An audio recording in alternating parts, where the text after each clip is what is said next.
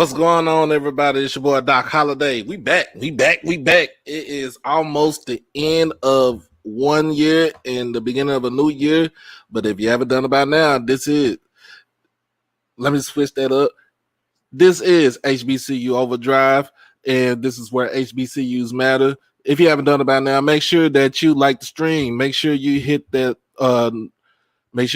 comment everything up in there. Make sure you share it to your people, and then also, and most importantly, make sure you subscribe to the channel. Also, man, hit that notification bell to get everything HBCU OverDrive. Y'all gotta excuse me. I'm kind of hyped right now. You know, I am. I want to say I'm on one, but if you haven't been listening, you haven't been watching, if you've been under a rock, I've been in contact with a couple of people to come and do the show, and one person is named Austin Robinson, man. And he's part of Asvp visual. I don't think it's a part, but I think that's his thing. That is his thing. And so I'm gonna bring him on to the show, y'all.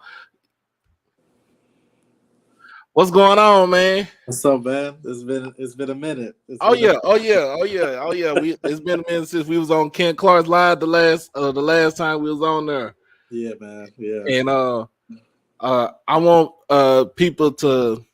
you to tell the people who you are and what brought you to doing the visuals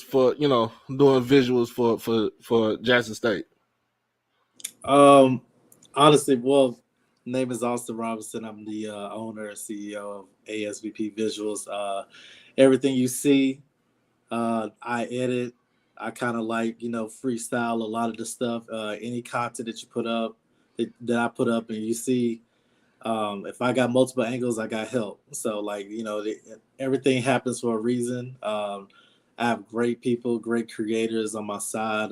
Shout out to Kendra Davis, Chauncey Mangum, M-Dub, my sister Amanda Robinson. Like, a lot of people have helped me get to this point to where I can provide and show you my vision, just with my content in general. Now, the JSU thing, this all started for me just taking photos last year, the previous year. Right. So I got an opportunity to take some photos. I just want to kind of get that college experience because I'm a graduate from Mississippi State University, graduated in the architecture program. So I've always had this creative vibe. I've always had this creative kind of just like this itch, this niche, just to create. And so it really got serious when I picked up a camera. I was just taking photos for fun. And then I started doing some money into it. Hey, you gotta start out somewhere, man. And so once that started going, I think that I picked up on like the video aspect of it. Okay. And so it just slowly kind of crept up. And so I still do photos, but primarily I do like a lot of videos because that's what I get requested for a lot of. So we got a couple of people. I got a couple of fans in here, y'all. Everybody said that, man, you do amazing work. I got friend Lillian. Oh yeah, Lillian. That's my girl right there. Yeah, she a big fan. She better slow down this New Year's. Oh yeah, then we got Israel, man. Israel, he a day one for me right here. So yeah, definitely, he's been showing me a lot of love too. And then of course my wife in the chat, Lady Holiday. So she'll let everybody know. This holiday, I appreciate you. So yeah, we man, I've been and it's kind of crazy because I was doing this like before I started doing live shows. I actually was doing all my videos from my phone, edit from my phone. Like when it comes down to it, I was like, you know what? I don't know how to edit. I don't know how to do none of this stuff. And I did it on my phone, and it's like, okay, I think I know what I'm doing. I'm trying to know what I'm doing. I try my best to at least feel like I accomplished something. But was you self-taught as far as video editing? Yeah, everything was self-taught. And what I really did is I focused on the cinematic stuff because that was like the easiest, right? Like Mm-hmm. you have different editors. You have the ones that's like super flashy and that it's crazy edits, but like those are crazy hours that you have to add on to that unless you just do it all the time. Right. Like for instance, like taking one subject and like splitting them and like that's a lot. And with sports, it doesn't take much, but like you get to that level where you could do it super fast and like you're on another level. Like it's way better than where I'm at right now. So everything is self-taught. I really kind of like just take something that I see. Like if I Mm-hmm. see something I really like, that I can add it, but I could be like, how can I remix this, or can I see this in a different perspective? Okay. And then like so I'll go to the next game and like you know what, I'm gonna do I'm gonna do a shot of Shador differently. Like I'm gonna shoot under him the whole Right. time he's warming up, or like try to get above him or something like that. And so those are things that like I feel like that separates me from everybody else. Like you have to think about it like this: if you're looking at me like this the whole time, Mm-hmm. that gets boring. What if you're looking at me at an angle, or what if I'm just side swiping? So those are some of the things that I think about, and different perspectives that I want to just show because a lot of people get bored watching the same thing over and over again. So Lillian asked a question. She put it in the chat. She's asking, will you be continuing doing the videos for other sports programs like women's basketball, men's basketball, anything like that? I'm currently working on that. I'm not sure if it's going to be I might show up for a couple games or whatever, but in terms of like the overall sports, unless it's something happens, because right now it's a lot of complications going on with my occupation and Yeah. me possibly being in the transfer portal in terms of like being full time. Because right now I'm not full time. I'm full time like architect. Right. So um, so there's like a big opportunity for me to turn around and like get into the transfer portal and be in free agency, but that will have to start in February. But I'm already kind of signed with a film production company. Oh, okay. Yeah, Okay. so I've already kind of set myself up before this came around. So there's some stuff that got to be ironed out, and it's got to be ironed out to the point where I can't do it by myself. I need a team, and so So yeah, man. I actually watched the video. I watched the video, man, and bro, I'm not gonna lie to you. I'm not gonna lie to you. I damn near about to cry. Like, I literally was about to cry, yeah, and it just showed the not the heartache and pain, but it showed the resilience that you know, even though that day came with a loss, we gained more than what what I'm saying, than yeah, what we had lost that day. Like we gained more than what we had lost that day. We gained a new head coach. We gained a newfound respect because previous, with Coach Prime being there and then leaving out and stuff like that. It's like TC coming in and kind of just calm the waters down and and and it gave us a renewed, a sense of renewal. That's what I look at. Now I'm gonna play it, and everybody just, I know most people that they seen it already, but we gonna play it on the channel right here because why? That's what we do. That's what we do over here.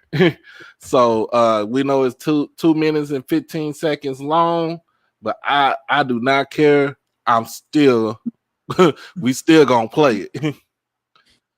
So sounds good.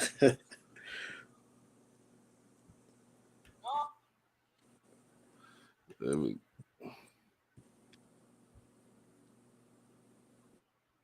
uh so let me go ahead and And I tried to put it on my video thing. It was choppy, so we're gonna do it. I'm just gonna do it the old school way. Share screen.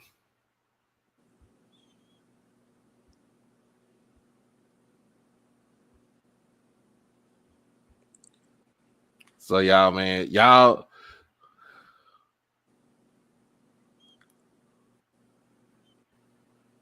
No woman, no cry. No woman, no cry. Our 21st head football coach, the legendary Dion Coach Brian Samuel. Good friends we have, and good friends we've lost along the way. In this great future, you can't forget your past. So dry your teeth, I say.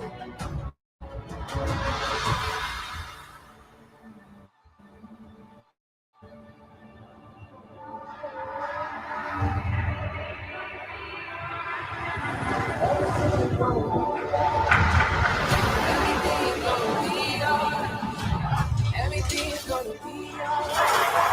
Everything's gonna be alright. Everything's gonna be alright.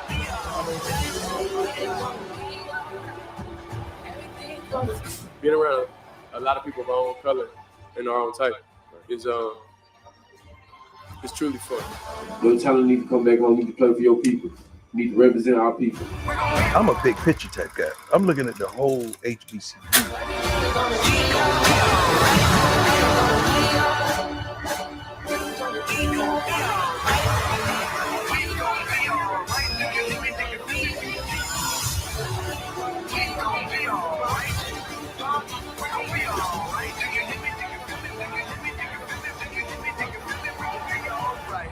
And when I wake up,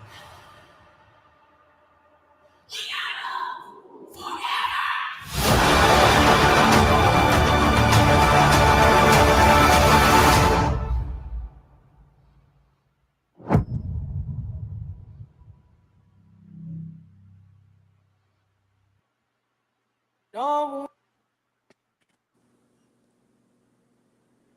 woman, no cry.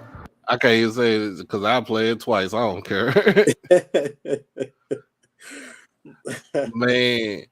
man, that I'm telling y'all, because it was so like the just being so cinematic, man.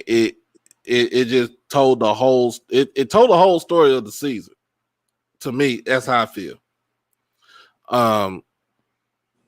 Just going through with everything, everything that the school was going through, and then the team what they was going through, and still was trying to strive for perfection.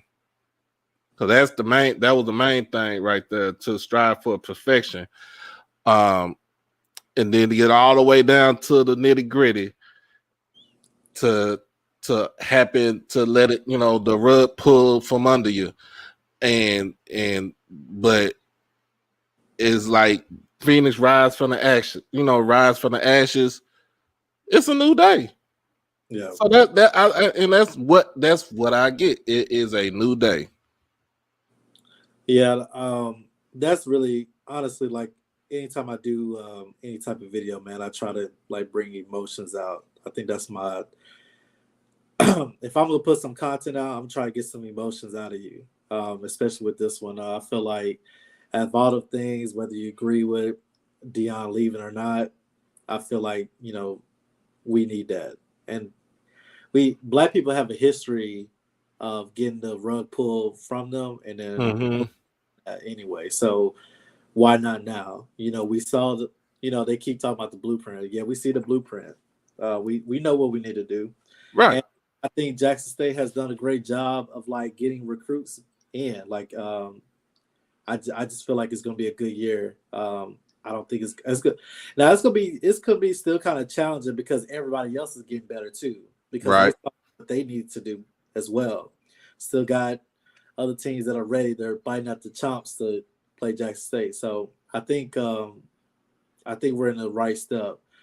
In terms of media, man, like I feel like we have to invest into that. Like I know that like our resources aren't there, Yeah. like a Mississippi State, like a Ole Miss, all that. But I'm trying to get it there. I'm trying to like at least if I can set up a staff or get some donors to like focus in like, hey, this particular project that I'm really calling it the I Love Production. Just Okay. like Health No, State that's good though. That's good. If I can get some serious people that's gonna like put some serious like money behind it, I have like over 50 creators that can do everything that Jackson State needs. It's just up to them to put the money where it needs to go to, and like let's get these people in. Because most of the time when we're talking about money, bro, we're talking about just salaries. Like we're not talking about like a ton of equipment, which we're gonna need to update everything. And we don't get the most expensive thing because I shoot with a C70, which is a Netflix approved camera. So that's like a $6,000 camera. How much? $6,000. Oh, okay. Hey.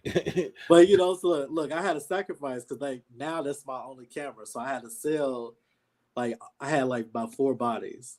So I had to sell a lot of my stuff to get to that point because I want to up the ante with my quality. Okay. And so if I can get Jackson State to a mid-level thing where we can, you know, they can be good across the board. Yes, KD, like Kendra, my boy Kendra, he definitely he definitely helped me with the college game day when they came in, man. He got some great shots of like Stephen A come out the bus. Dion was able to get on the stage for me while I had to go be on the field to get shots of them warming up and stuff or just setting up stuff. So like that within a team, like having that team is important. Like we're talking about across the board, like I should have a videographer and a photographer on both ends of the end zone. I have a videographer on the sideline, photographer on the sideline. Everybody should be shooting. There's like so much going on like during these games, and like it just needs to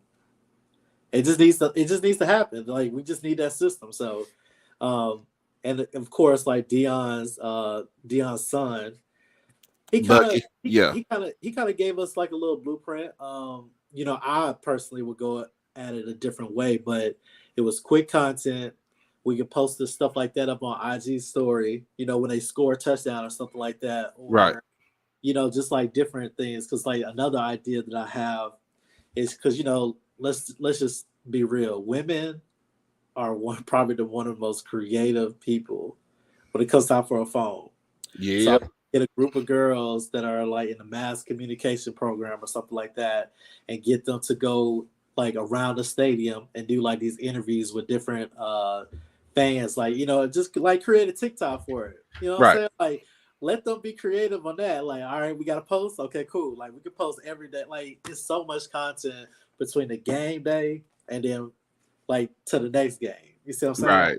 So you can't go wrong with it. So I definitely feel like we just need to get that system in place. But it's just gonna take a team effort from the top, from the president to approve to the athletic director, and then these different departments that's gonna need, like we're gonna need their approval for everything. And so get the funds for it and kind of just ride out. Right. So I think more as you see, Lillian, she wants to know how we donate. I tell Lillian, hold off on the donation just yet because I need to figure out where it needs to go first. Because I don't come to my pocket. I don't want to come to my pocket, but I need to figure out almost like a platform for just money to just be dumped into the media. Like we probably need to do like a campaign or something like that, where it's just like media and for the production team or whatever the case may be. So I mean, because look, Prime had it. Why we can't have it? Right. You know, Black people spend trillions of dollars every year. Why we can't? That's true. So I mean, I think we need, like, to me, I feel like in a sense, for Jackson State, we do need to update a lot of things in our mass comm department. Because I could tell you this: when I first started school there, I was a mass comm major. But I was in broadcast journalism, and then I tried to do, I switched it up to radio TV.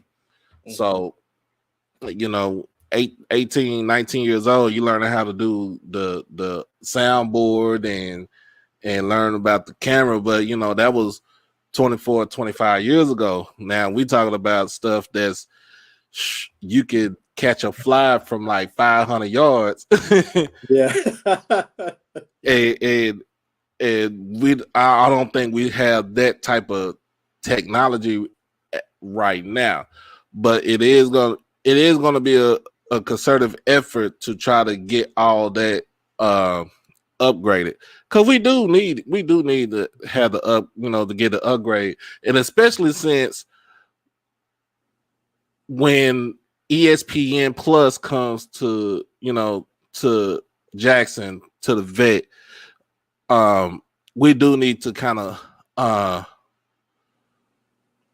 update the you need to update the Wi-Fi, need to update the cameras, we need to update a lot of things, Yeah.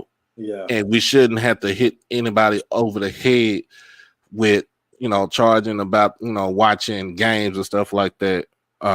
If we are true, we true fans, we can't get to the game, we want to watch it, we want to watch it on TV. But we do need to get to that point where we have to upgrade. And I know a lot of people, it's the funding, and it's the funding, we got to fund this, we got to fund that. But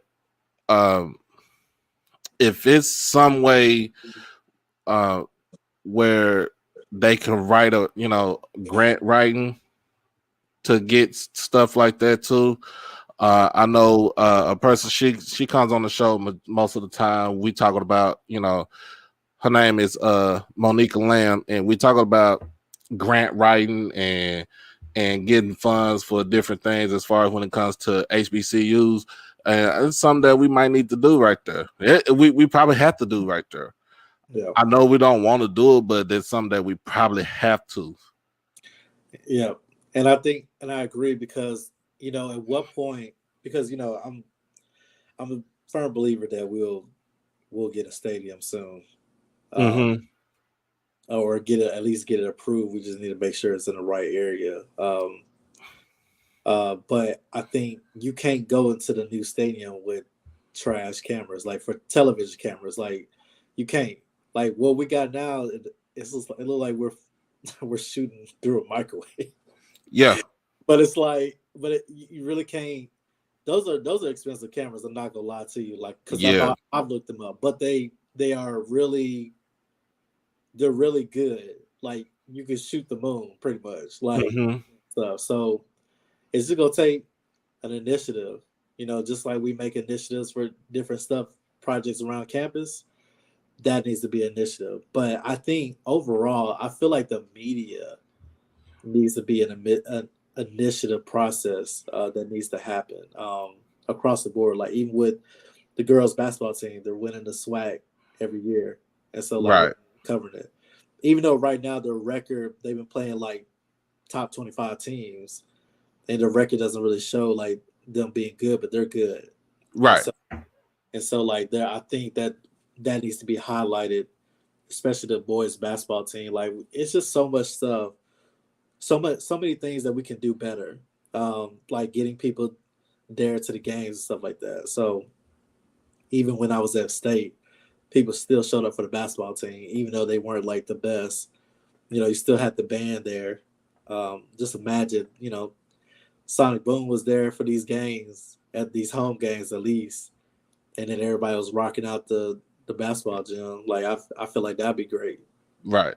So, but in terms of like what the football team needs to do this year, the blueprint has been set.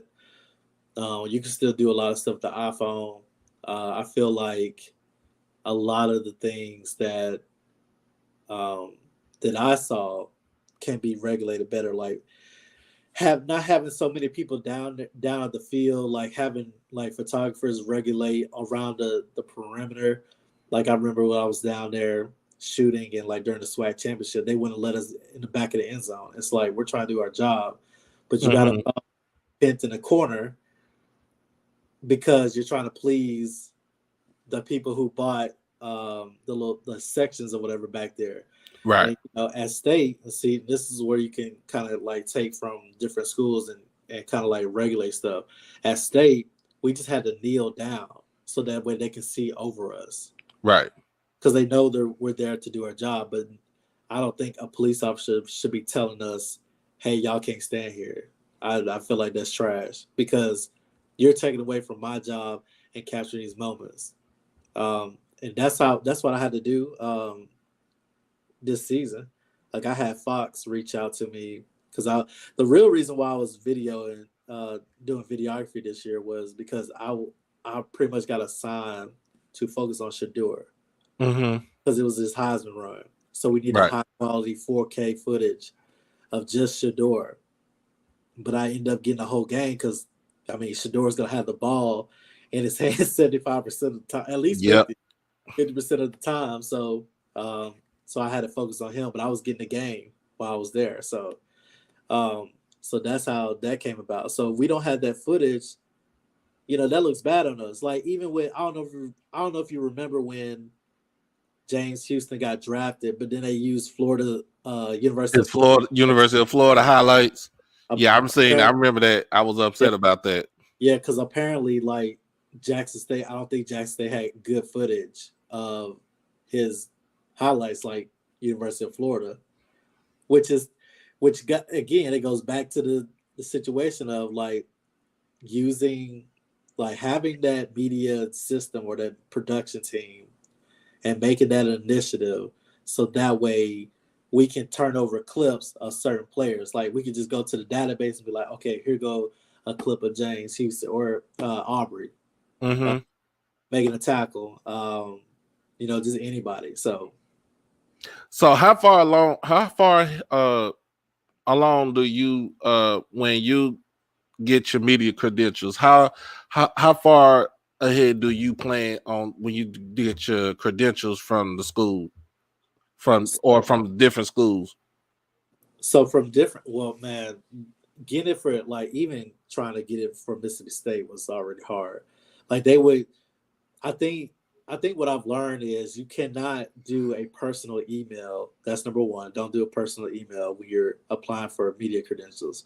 You need to do it through like, let's just say like, it should be like info@HBCU OverDrive.com. Okay. And you should address it as like you're being assigned to this particular game. And that's how you would need to go about it. Because a lot of the times, like, especially like Ole Miss kind of, because I live in Memphis. And so like, Miss is like an hour away. So I applied for Ole Miss and they denied me based on like, technically I'm a freelancer. I don't work for a major network. Right. And so like, that's kind of like the give or take. Like, so if I would tell anybody they want to like get media credentials, they're going to let you go to the non-conference game, which is boring.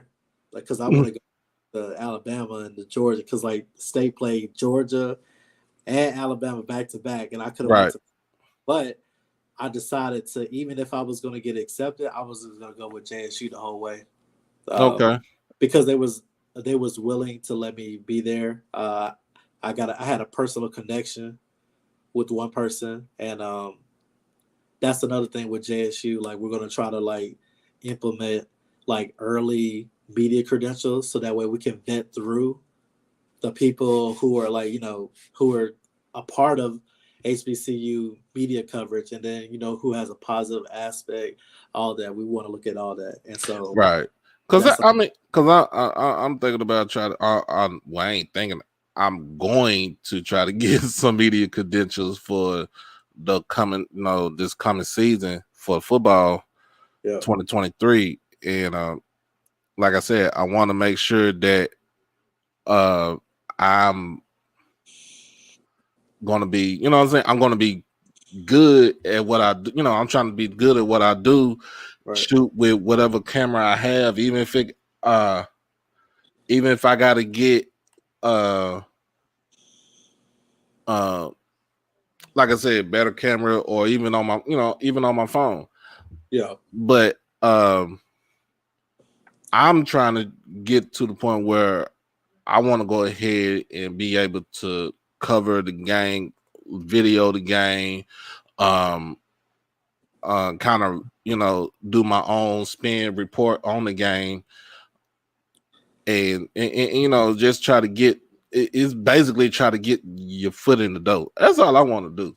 My whole thing is try to get the foot in the door. And I feel you got your foot in the door just by, the videos that you put out, which is damn near good.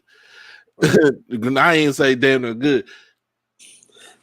Great. I'm gonna switch that up. Great. I appreciate that, bro. I'm always gonna stay humble because I can always get better. Because there's a lot of people I follow that like is killing it, and so I want to be on that level too. So like I still got a lot to learn, but my favorite thing is the cinematic stuff. I kill that all the time. Now the flashiness, I'm still working on that, but the cinematic stuff, that's my thing right there. So yeah. So yeah, I'm just like, that's all it is that and what I'm gonna do too, like you said, I'm gonna switch up. I got my personal email, but like you said, yeah, I'm gonna have me a business email because not only did I just get I hit 1,000 subscribers the other day. Congratulations, bro. Hey, and I'm now trying to get the channel monetized, so I'm in the process of getting that done right there. So basically, is it still 1.5 subscribers, or is it 1,000 now? It's 1,000 now. It's 1,000 subscribers and 4,000 watch hours. Oh, okay, cool. Yeah, all right, bet. I have to keep that in mind.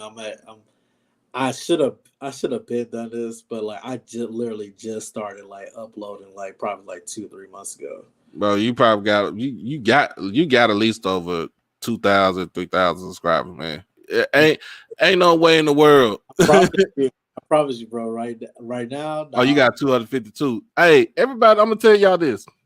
Oh, it must have skyrocketed since I posted that video because it was only at yeah.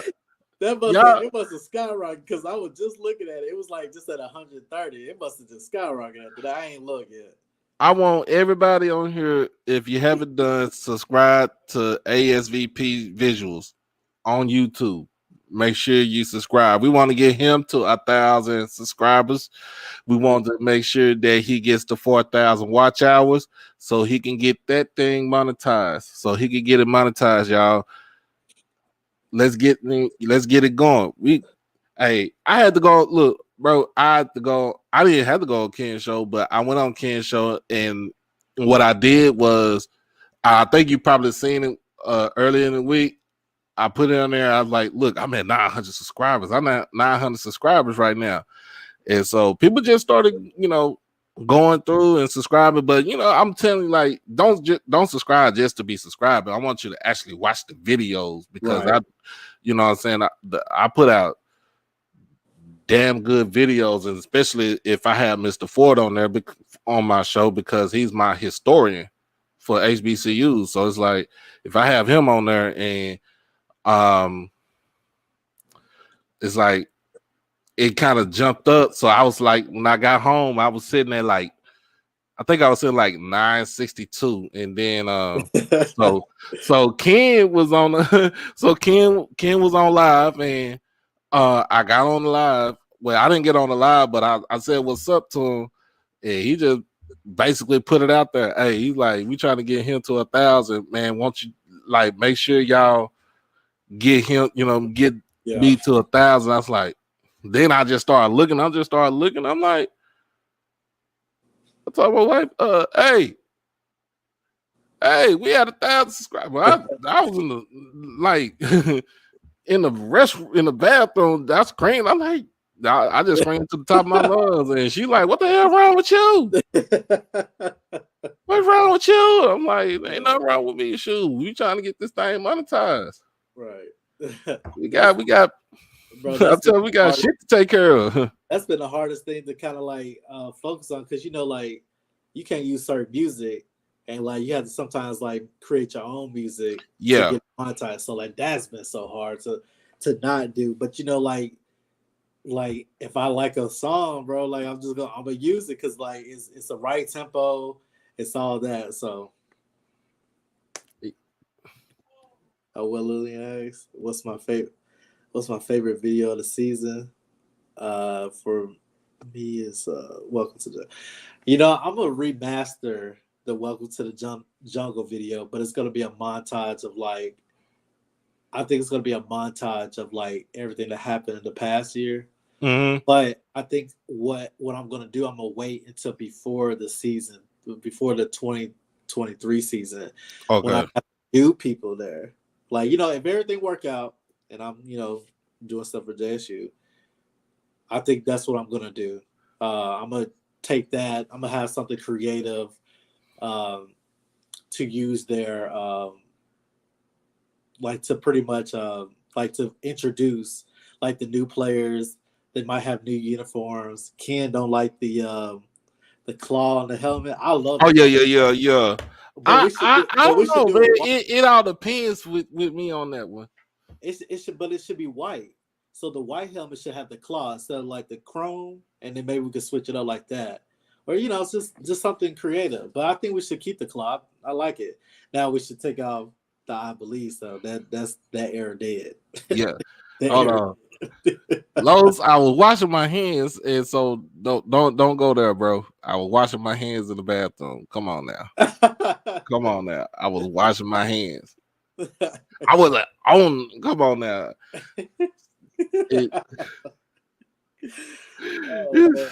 But no, man, it's like I started, when I said this, I started this in May.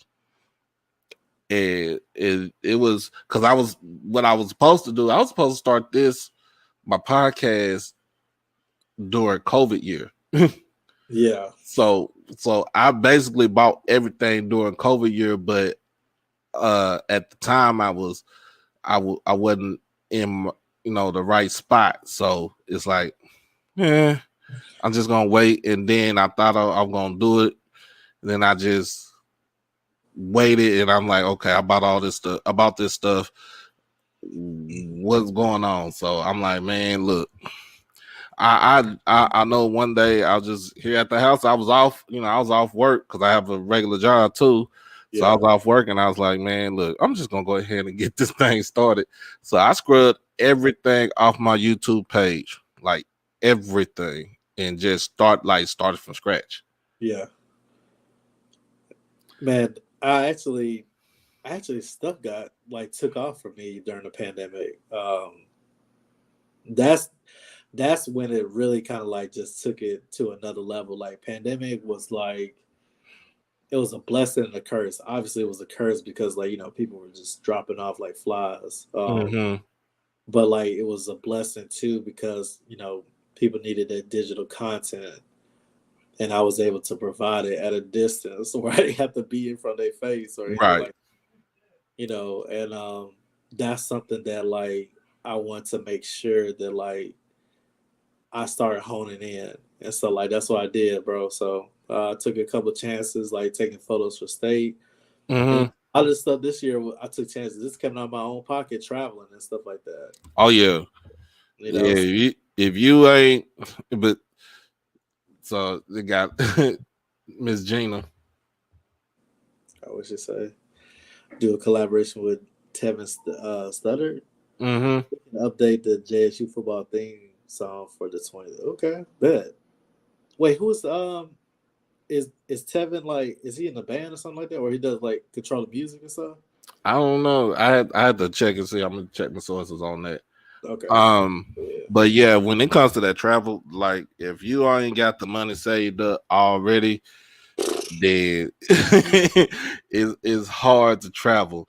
But you being in Memphis unless Jackson State has probably like 4 or 5 home games, then it's easier for you to get down there because they know about 2.5 hour drive. Yeah. Now going to somewhere like, let's say like Florida, Bethune-Cookman, right, or like Houston, yeah, it's gonna be, you know, you're gonna have some little issues, but that the big thing about that Houston game, I saw it down the pipe, so I was like, because that's a direct flight from Memphis if you take United. Yeah.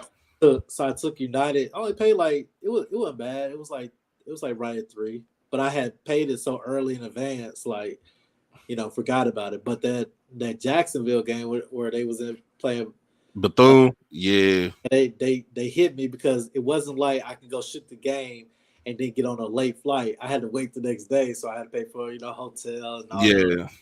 So that's where they got me at. But other than that, it wasn't that bad.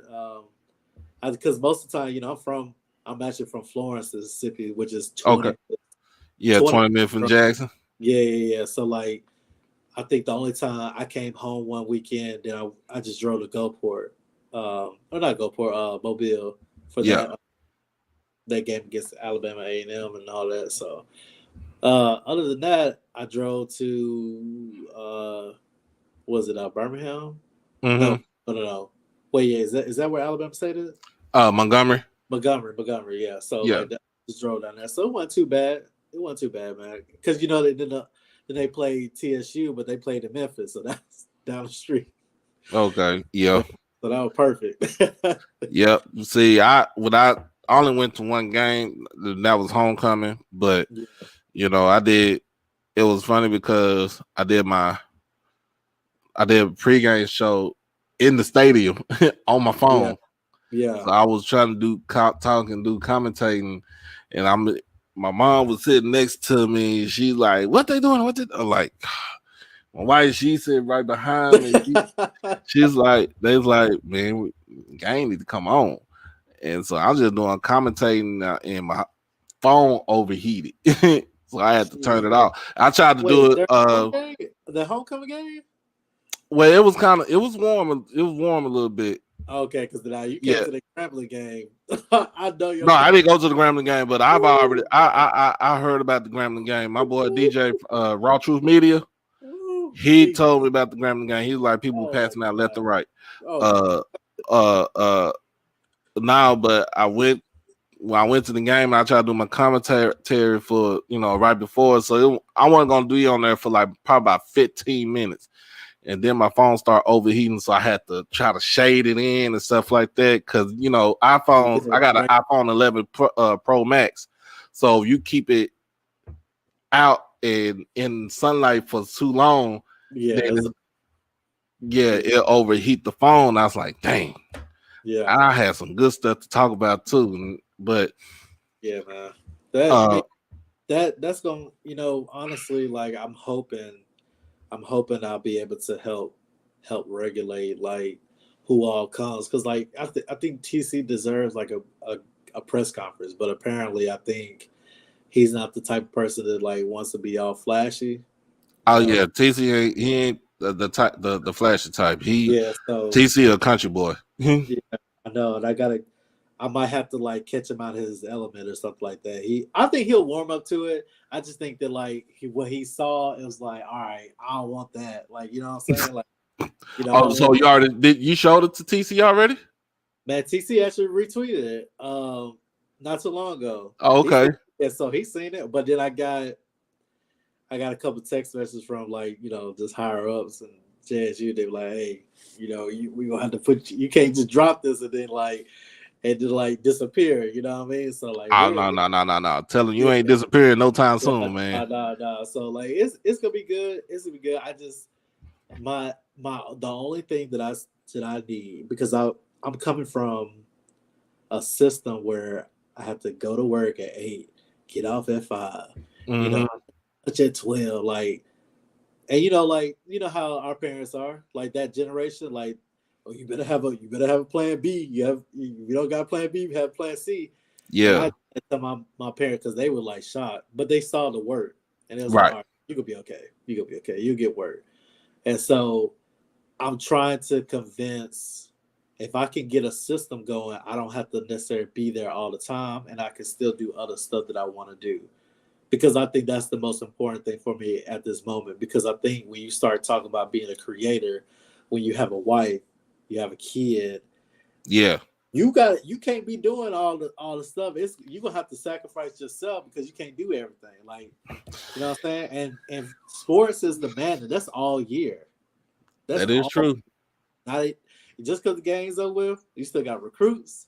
You still got, all this other stuff that you got, content that they want to post up, and like that's the thing that I feel like is gonna be. That's why I said I want to be flexible.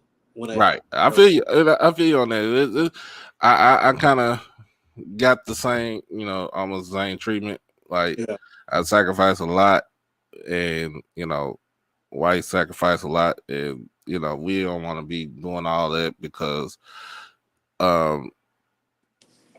it takes away from family life and stuff like that. But Yeah. my wife is like, this is something that you're doing. This is like a job. This is nothing like, this is not a hobby. If you really think about it, it would have started off as a hobby, but then I'm like, hell, when I started getting like 50 videos in, then I'm like, nah, this is a job. So I treated, when I went for homecoming, I wanted to have some fun at homecoming, but I treated this more like a job because after, when we got to the hotel, I went live because it was something that happened at Pine Bluff. Saturday at the game, try to do my little commentary before the game started, and did that, and then got back to the room after the game and did a post game show right afterwards. So it's like, yeah, this is not a this is more of a job now. Shoot, I did the same thing when I went to. We also went to the Texas Southern game here in Dallas because I'm in Dallas. Yeah. And I did the same thing pretty much. Went live,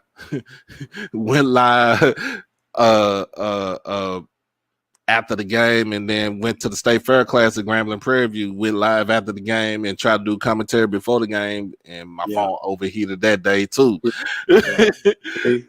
See, and so those are things like I want to enjoy because like I don't think I've actually had the opportunity to take off and like enjoy like homecoming week. You see what I'm saying? So if I'm able to be a creator, create my own schedule, and like, hey, look, I ain't work. Look, they doing a block party Thursday. I ain't doing nothing. I'm be on the plaza. You know what I mean? Like, I'll be doing all that this year. So. Oh man, was he? In fact, what's so crazy? After you follow me, TC followed me back.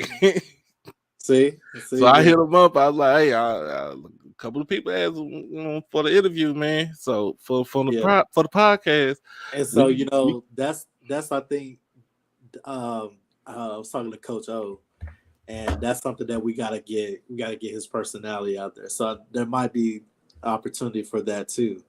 Oh yeah, to kind of like showcase like who TC is, because if hypothetically, if I am with JSU, one of the first things I'm gonna do is like do a piece on TC, like just when he's not in the office, like who is TC? We'll do like put a piece together and all that, and kind of just go from there. Right. So that's content stuff that I want to do or whatever. So Lillian asked a question. She said, if you could have free reign, what would be your dream shoot? My dream shoot will really be like when they do the Met Gala. Oh yeah, man. They have that creative video. Like they when they drop right when everybody gets done walking in, they do a video like I remember like one year like Rihanna did like a I guess like a Angels versus Demon type thing where like everybody had like all this Catholic stuff on, or they had like black, and it was like like kind of not say it was devil worshiping, but like it was on that verge of like being a demon and stuff. I Yeah. like that. I like to be creative with stuff like that. Like that's gonna be my dream shoot right there. I don't care to do music videos like because I'm creative and so is the artist, and we're gonna clash. So unless I have free range to do whatever, um, but yeah, man, like that would definitely be my dream shoot.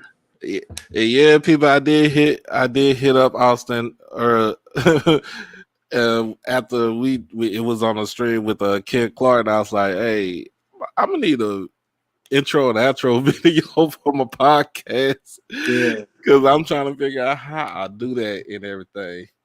I gotta. You know what, bro? Man, I use Premiere Pro, so like it's not hard. I think I think you'll be okay. You just Okay. gotta. I feel like there's so many templates that you can take off the internet and like just apply it to your videos, and that sometimes like that's what I do for clients. Like I'll just do that because it's just simpler for me to do that. Okay. I still charge them. I still charge them as if I created it, but I'll just get different clips and different pictures and stuff, and like that's what I would do, bro. I would just find something that worked for you. Okay. Yeah. So, man, I'm gonna go ahead and try to segue to this next topic right here. Okay, And I know a lot of people not really want to get in it, but I want to know people's reaction from the first 2 episodes of Coach Prime. And I watched it last night. I couldn't go to sleep, so I stayed up and watched both episodes. Nice camera work. Dana Beers, he got good camera work with Barstool Sports. And Smack not Barstool Sports, but with Smack Entertainment. My thing about it is a lot of people was worried. I think a lot of people was worried about is what the reaction was going to be as far as what was being put into the documentary and what was going to be said in the documentary also. So I don't know. Have you watched it yet? I hadn't got a chance to watch it just yet because I saw everybody talk about it, but I wanted to get to the house and kind of be relaxed and like kind of watch it. But I feel like this is just me before I watch it. I feel like there probably are gonna be some bombs in there. Yeah, that he's throwing there, and to be honest with you, Noah Prime, he probably gonna talk about his perception before, and then like, the video is probably gonna show like his perception changing about HBCU. right. And then it's probably gonna be some humbling lessons in there and stuff. He might not go a deep dive in it, but I do feel like there's gonna, I think the exiting content is gonna be nasty. That's what I'm like. All right. Yeah, I think that is what what most people and alums are afraid of, or what's gonna come out between him and the university. But like I put it in the sense, no one man is bigger than the university. Right. That means either the football coach or the school president. You ain't bigger than the university. The university been there since 1877. Right. You know what I'm saying? It's been there for over 145 years. So it's never, you're never going to be above what the mission statement and the motto of the university is. You're not. Some people think they are, but and then when you look at it and you start hearing all this stuff, especially when Shannon Sharp interviewed them last week, that was like, okay, bro, you went to a HBCU, you went to Savannah State. You know what I'm saying? You knew what the deal is. You know what the deal is. So yeah, don't, my whole thing, don't paint it in a negative light. Shannon Sharp should have never said anything, to be honest with you. And I think he got caught up in like just like saying something. Yeah.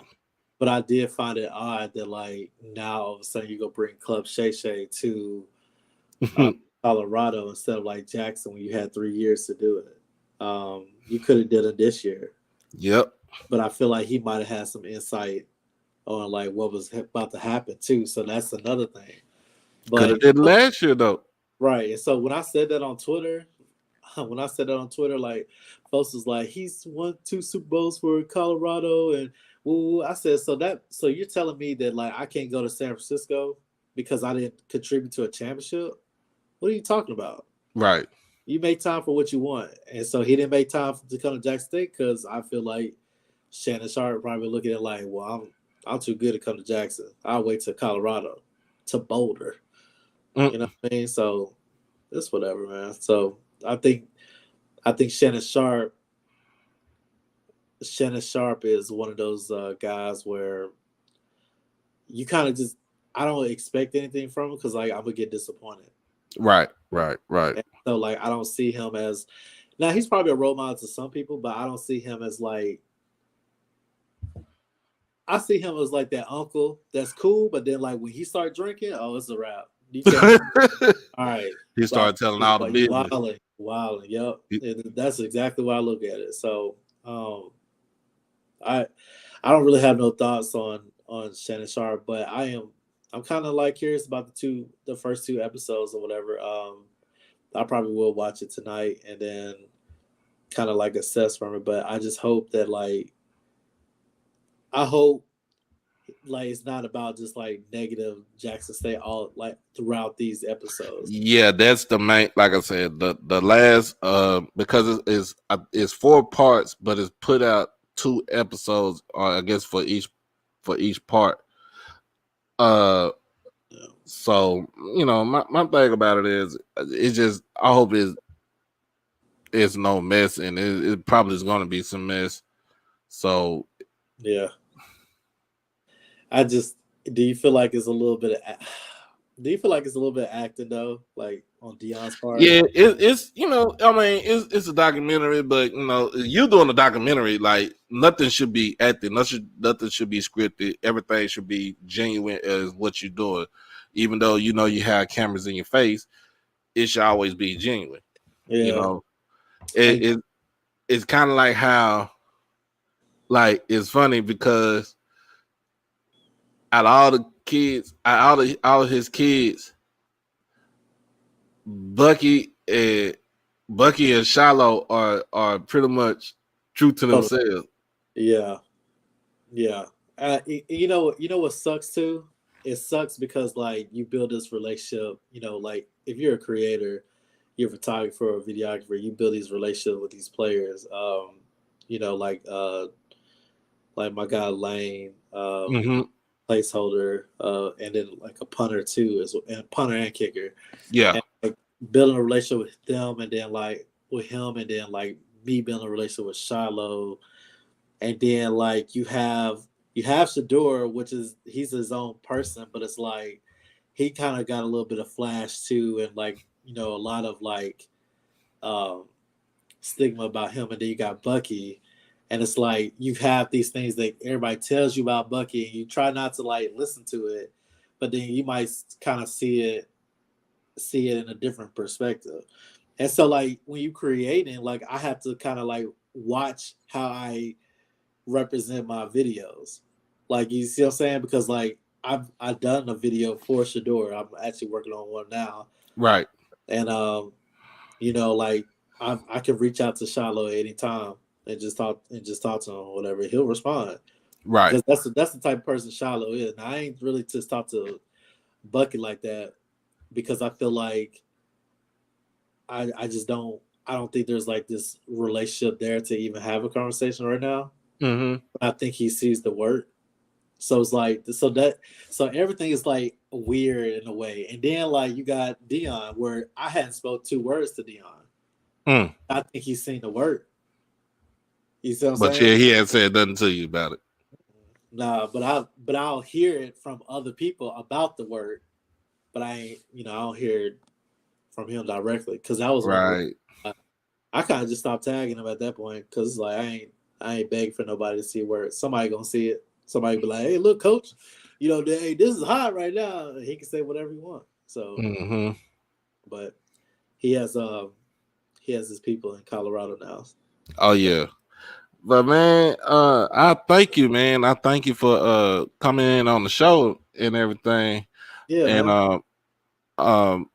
If you had everybody, if y'all had not seen the video, the we gonna be all right, the all right, however you want to put it, I like that.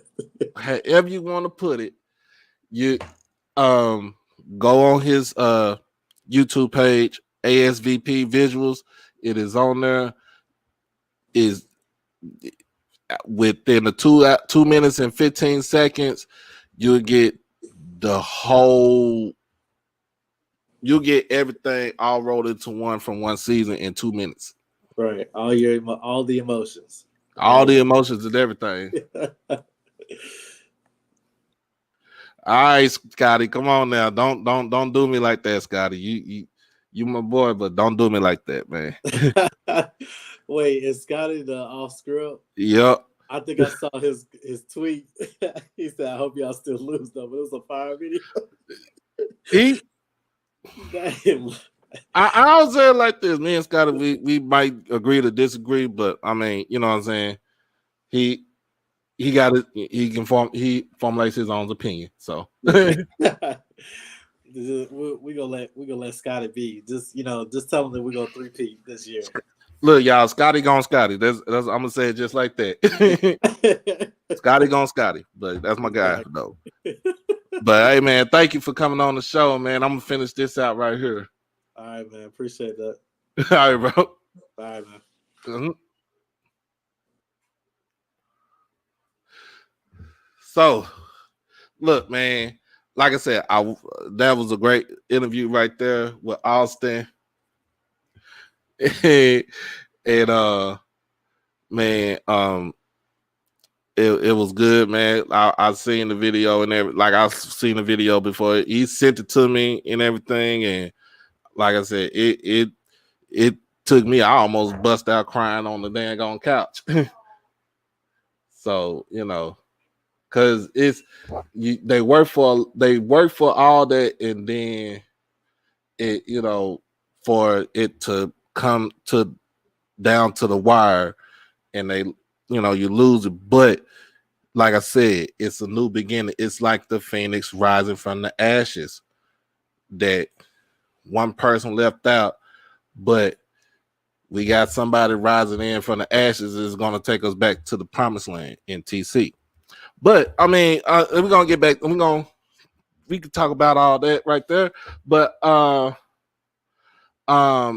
what I want to get into the reaction of the first 2 episodes. So Frankie, I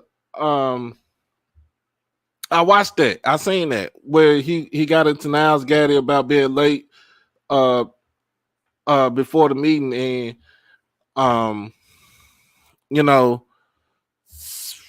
is you could I don't know. I'm the type of person, I'm in management, y'all. So I'm the type of person, if you do wrong, I'm not gonna put you out on Front Street in front of everybody. I'm gonna take you to the side and tell you what's up, and tell you how, tell you what you need to do right, and what is coaching. You know what I'm saying? But I don't know if he's been late all season or anything like that. But you can't speculate that. That was probably just one thing, one thing he was late to. Or maybe that was the second time he was late. We don't know. We do not know. We don't know what the rest of the episode is gonna be like, because I think they drop every 2 episodes drop every night. So and man, you have to manage like that. You have to manage people like that. Even kids, even football team, you have to manage them like that. When you do one-on-one coaching, you're actually telling, you're pulling somebody to the side and you're saying, hey, no, you know what you need to do? This is how we need to do. I like how you're doing this, but we might want to do it like this. And we could correct this right here and get this going right here. That's how I do it. That's how I manage. I manage like that. I've been managing like that for the longest. But you can't. I don't like to admonish people in front of everybody. That makes no sense. That demoralizes the person. I don't know. I don't know. Okay, yeah, Frankie Davis. He's a leader on the team. We know that. All right, Mr. Ford, what's going on? Hey, what's going on? Let me get everything in straight here. Can you All hear right. me? Yes, sir. We can hear you. Yeah. How's it We can going? hear you. I'm doing good. Yeah. Doing good. I'm talking about the first 2 episodes of the documentary, Coast Prime doc. Oh, did it come on tonight? When did it come on? It came on. Yeah, it come on tonight. It's on Amazon Prime Video. Okay, I'm gonna have to see it. I think we got Amazon Prime. Yeah, I can see it. Okay. Yeah. So yeah, it comes in 2 parts. I mean, it's 2 episodes, so it's gonna be 2 episodes a night, 4 parts. So the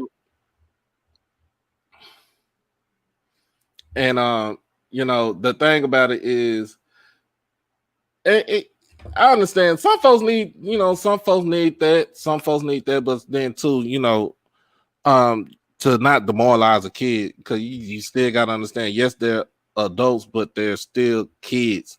Oh yeah. They don't know if they need to go right or left. Oh yeah. You know how many people are damaged right now because they got, like you said, demoralized when they were children and they hadn't gotten over it yet. Right. Yeah. You have to watch how you because see, you shape and mold children.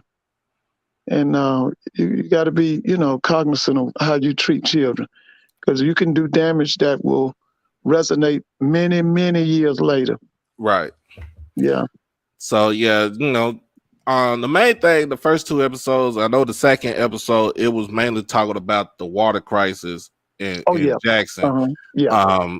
And talking about the bickering between the mayor of Jackson and the governor of the state of Mississippi, in which the governor the governor's mansion is right down the street from Jackson State. I didn't know that. For real? Yeah, governor Jackson State ain't that far. Like, it's not even that far from downtown. Okay. And you yeah, that's right. I remember because I visited Jackson State. Yeah, you're right. Yeah. Now y'all, the Veteran Stadium is like what, 11 miles, 12 miles? Veteran Stadium probably it's probably about 5-10 minutes from the school. Oh, okay. Is it off of Interstate 20? It's off 55. 55, that's right. Because 55 South goes into Laurel, Mississippi, isn't it? What part of it goes all the way to what? So 55 South goes all the way towards New Orleans. New Orleans, that's right. And that's right. 55 North goes to Memphis. Memphis, that's right. So yeah, the other thing I want to talk about, and this is kind of hit me. This kind of hit home right here, and where we was talking about, I was talking about the mental state of Nugget. So when y'all watch that, when you watch the episode, especially the second episode, and it was talking about Nugget and with Norm, his Peanut, his best friend, right? That's on the team also. He started talking about the people that he lost. It kind of got to me. Right now, tell me about Peanut. Which one was Peanut? Peanut is the backup quarterback. Peanut is Norm Douglas. Yeah. I remember them. I remember when they signed. Now, where was he from? He's they both from Maryland. Oh, they both from Maryland. That's right. I remember Peanut. Yeah. Okay. So now, who had lost some family members? Was it Nugget or Peanut? Nugget. Oh yeah. Okay. And when I'm looking at that, I was looking at it and I paid close attention to it, because you could tell he had signs of depression. Oh yeah. Is when when you a kid that grows up in, you know, that type of environment like that, you see a Right. lot of things. You literally see a lot of things. Right. And from with him seeing like shootings and stabbings and fights and all this other stuff like that, and people in his life leaving left, you know what I'm saying, dying left and right Right. off of him, like that takes a mental toll on you. So Oh, it does. No doubt about it. So to me, you have to be able to talk to try to talk to somebody to release it, because just keeping it inside for so long, keeping it in for, you know, for a long time, for so long, right, and somebody push that button, you let everything loose. Oh yeah. Well, you know, a lot of these kids that, like you said, seeing so much death and so much violence, they're actually suffering from PTSD. The same thing that a soldier goes through that's been in active duty. Mm-hmm. And a lot of people don't understand that a lot of our kids do need therapy. You know, they need therapy. Right. Yeah, because it's a very violent place. I mean, you go to all our major cities, even in our small cities, it's just a bunch of killing going on. Yeah, and so when I look at it, because like I said, when I was watching it, and it remind me of myself. Right. And I've seen a lot of stuff go on. Like I said, I lost my father when I was 9, so I had my father for over 30 years. Right. But I done seen a lot of things happen over my lifetime, and it's like, man, you know, I keep you keep everything in, but when something happens, it'll come out. Yeah, it'll come out, and it'll come out the wrong way. Yeah, you're right. Somebody said right here, post-traumatic slave disorder. That's right. That's us. I mean, woo, man. You know, and see, when I was in school, which was many, many years ago, Mm-hmm. a black college was a safe haven. Yeah. I mean, it was stuff. I went to college in the 70s. It was stuff going on in neighborhoods in the 70s, not to the extent of what it is now, because it's almost like we desensitized to killing and murdering and all that stuff. But black colleges in the 70s, they were like a safe haven. Mm-hmm. You know, you were just so happy to be able to go off to school, because it was kind of like a la-la land, you know. But we having so many issues on our campuses now, you know, criminal events happening on the campus. Right. But it's just changed. It's to me, it's like it's a lot of chaos and confusion, even on our campuses. And by the way, we need to give our condolences. The great soccer player Pele died today. Yep. I was He about to was say 82. that. Yeah, Pele. Yeah. Now, I was in high school when he came to America and played for the New York Cosmos. He turned New York out. He made it. Listen, I never was really up on soccer. You know, we would see it. We didn't really play soccer in my high school. But he made everybody watch soccer. I can see him right now. We had a show called The Wide World of Sports. And they would show you the New York Cosmos. And that was the first time I really watched soccer, was because of him. Because he was something else. He was like a Michael Jordan of soccer. Yep. Yeah. Yep. So man, I just it saddened me that he had to go through this, and maybe he didn't have too many people to talk to. I mean, he probably talked to Peanut, but because that's his guy right there. Yeah. But as far as that professional help,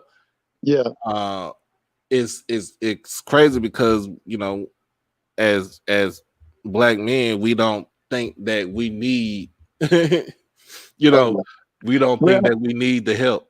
One of the things that I learned from one of my uncles many, many years ago, there's something called intercessional prayer. And that means that when you see a kid like Nugget, you don't even have to tell him, but you and I can come together and pray for him. And there's a shield that would be a spiritual shield that would be put around him. And we don't even have to tell him that we prayed for him. But that's what we have to do now. We have to do more intercessional prayer. And it means group prayer for individual people. And that's what we have to do for him. We have to pray for him.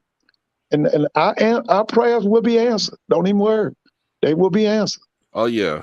Yeah, oh, yeah. But that's what we have to do for him. We have to pray for him.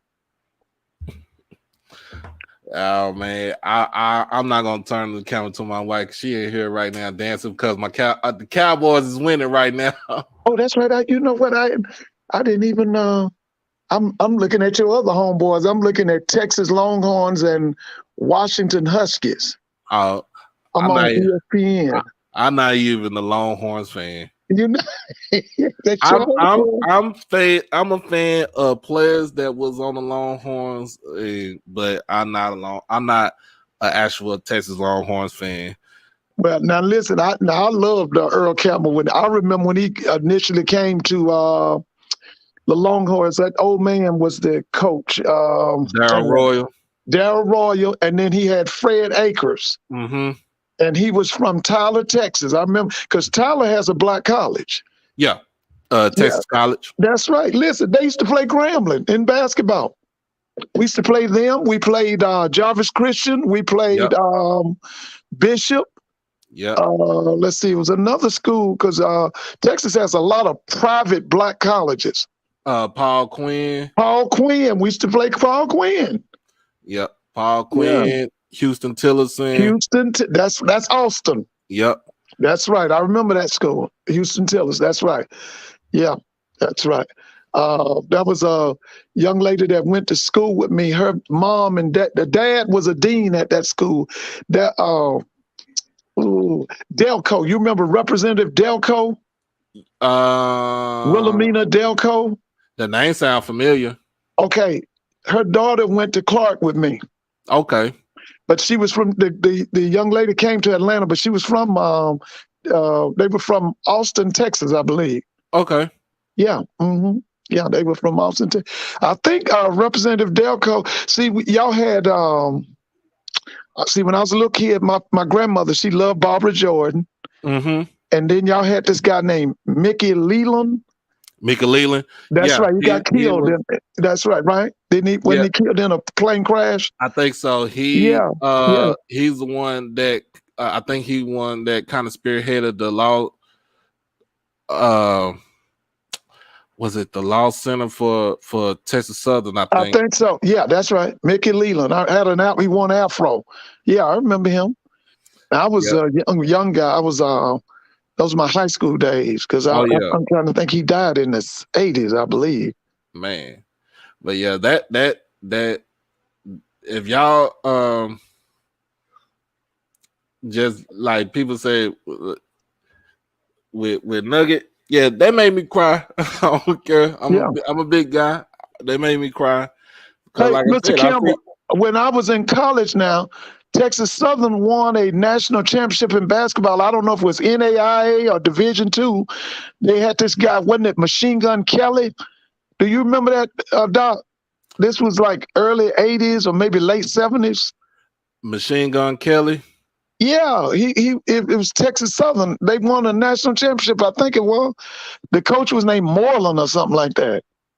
Oh, he would get all his players from Mississippi. He would bring them kids in from Mississippi to play at Texas Southern. Oh yeah, Lowe's, my guy Lowe's. He said it was NAIA. NAIA. That guy was named what? Bob Moreland. What was Coach Moreland's name? Yeah, that's right. You're right. That's right. Yeah, Harry Machine Gun Kelly.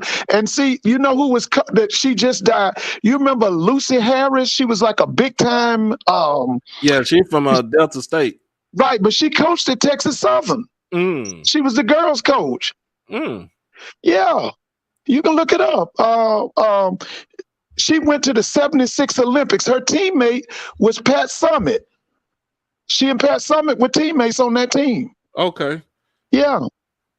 You said you was right. Robert Moreland. Yeah. Robert Moreland. He used to bring all them players from Mississippi. That's what he was doing. He's bringing all them boys from Mississippi. Yeah, you can go back and look it up. He used to bring all them kids from Mississippi. Yeah, they named the court. They named the court after him. So I know that. I know that one right there for sure. Yeah. That was during the time I was in college. There you go. Lost Jay, you're right. He had a pipeline from Mississippi. Yeah, I remember that. Yeah. So man, we gonna end this topic right here. So everybody, this is what everybody needs to do. If you don't have Nugget on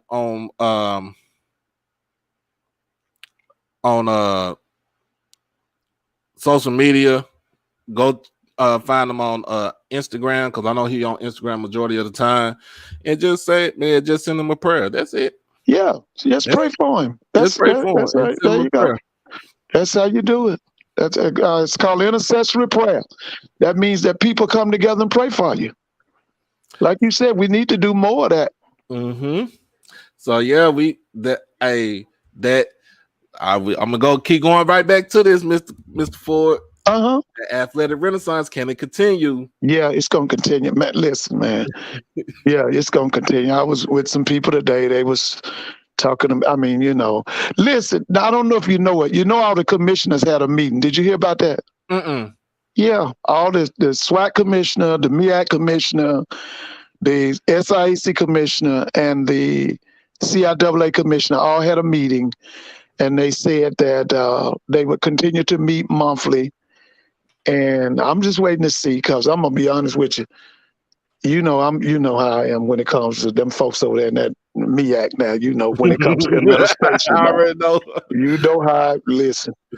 But anyway, so I'm hoping that what I really want to see, and I've said this over and over, Mr. Cameron know I've said this, I want a black college football tournament.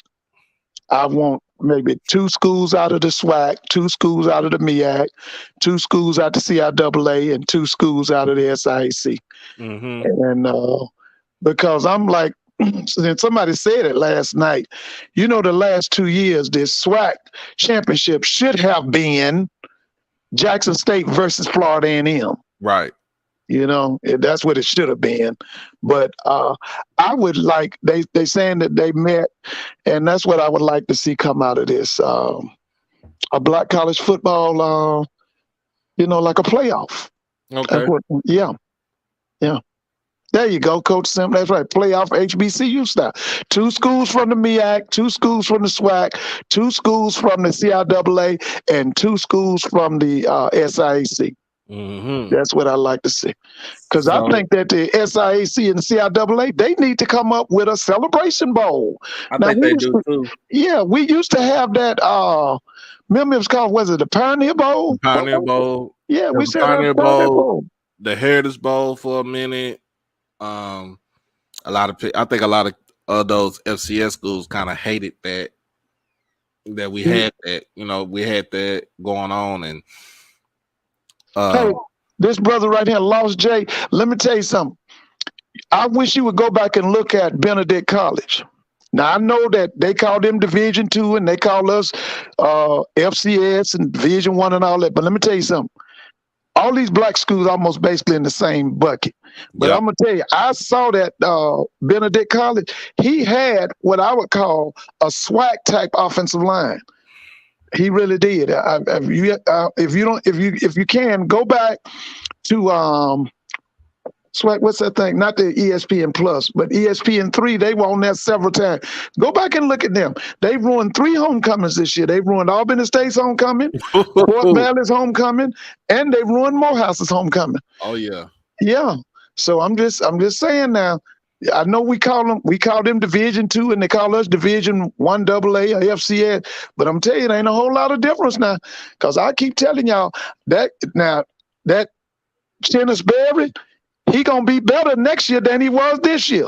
Yep. You just watch. I would love for them to play South Carolina State. To be honest with you. That'd be a great game to go right there. If that happens, I'll tell Kobe, hey, I need a ticket. Well, Coach Simmons and Mr. Ford, remember the SWAC played the SIAC in the Prairie tier. Yeah, that's right. Matter of fact, we were talking about that. Prairie View, they had I think they had the first black bowl game, didn't they? Yeah. in Dallas or somewhere? Prairie View, Texas. It was in Prairie View. Wasn't in the Cotton Bowl? I don't know if it was in the combo. Okay. Probably wasn't. I had now that on that one. I'm really gonna do my research on that one. Right, because that was because like now Prairie View is the only original member of the SWAC, right? That's correct. Right? Yeah, because it was Marshall. It was Marshall. Yeah, Wiley. That's right. Wiley, Bishop, Paul Quinn, Texas Langston. College. Wasn't Langston in it? Langston didn't come in until later on. Okay.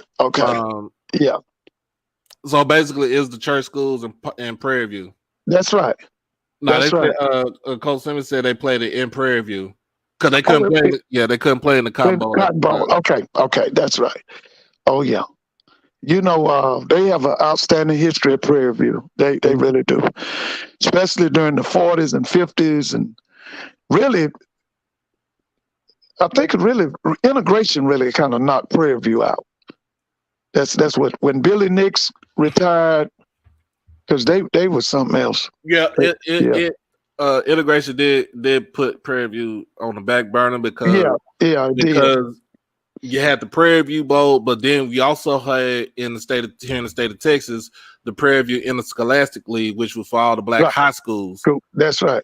So that's the reason why, like we was talking the other day, we was talking about Robert Hughes, the basketball coach for Dunbar. He coached at IM Turl, which was the black school for Fort Worth, and they won a championship with them, and then he won the championships with Dunbar.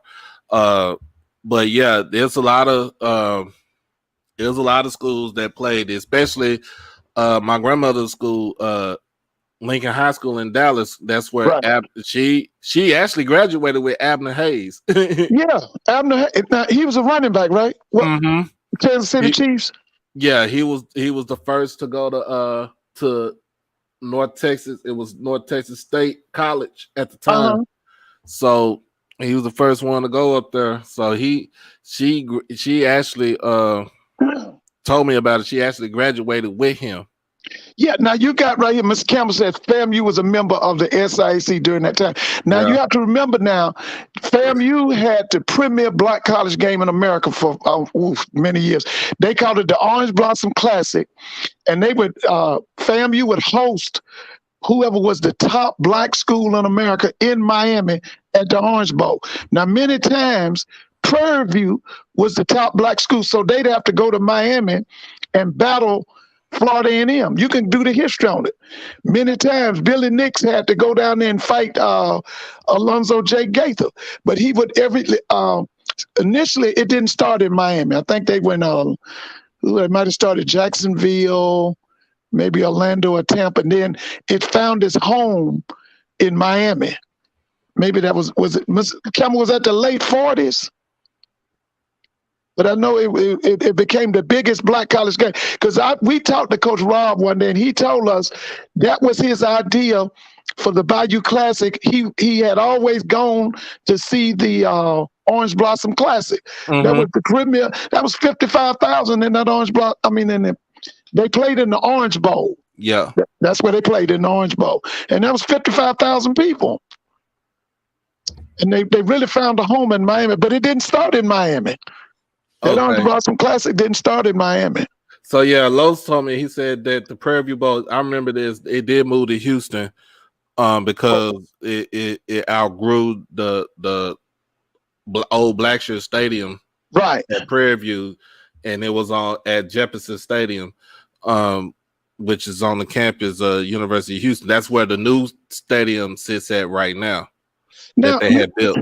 You know, I think it was in the early 60s or late 50s. You know, Prairie View went out and played a white university in California. I'd have to do the history on it. But they played a white university in either the early 60s or maybe late 50s. Okay. Which, you know, they couldn't do it in the South. But they went out to California. I just can't think what school was it? So yeah, I'm gonna go ahead and move on to this one right here. So Mississippi Valley got them a new head coach. Yeah, I'm happy for them. He's young, y'all. So Yeah. he's a young coach. So played receiver at the time during trying to figure out who was the head coach at the time he was there. What was the year he was there? From I think it was 04 to 07. That sounds like Larry Dorsey, or that could have been you think Willie Totten? That sounds like that. Because that sounds like he might have played with Ashley Ambrose. No, Ashley Ambrose is older than that. He's older. Okay, he's older than that. Okay. I'm thinking Larry Dorsey probably was his coach. So he's coming home, y'all. So now he can actually focus on getting recruits to come in for the February signing period. And the main thing about it is I'm thinking he needs to go into the portal. Who is that? Mississippi Valley. What about the junior colleges?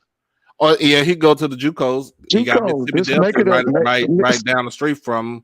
That's what's making Boise State in what's that other school? Utah. They rake up all the guys from the junior colleges in California, all the guys from the junior colleges in Texas. Because the other thing, Mississippi Valley got to have more money. I asked Blue tonight. Blue said that the budget was $3 million. Oh, they got to have more money. They do. We got to find a way to get them some more money. You know what? When I first came into the SWAC, I remember going to a game. Mississippi Valley hosted Southern University in the vet, and it was about 50,000 now. So I think they got to utilize Jackson a little bit more. I'm not just to play Jackson State. They got to be the home team in Jackson. I think he said he played under Willie Totten. He played on the Totten. Okay, yeah. How do we increase the budgets? It's that right there with Valley. Now you're gonna have to do some serious fundraising and getting super donations and increase their budget. And the other thing is how much money they got to send to the conference office. Because I need for Valley to keep their money. Yeah. I don't need them to send all their money to the conference office.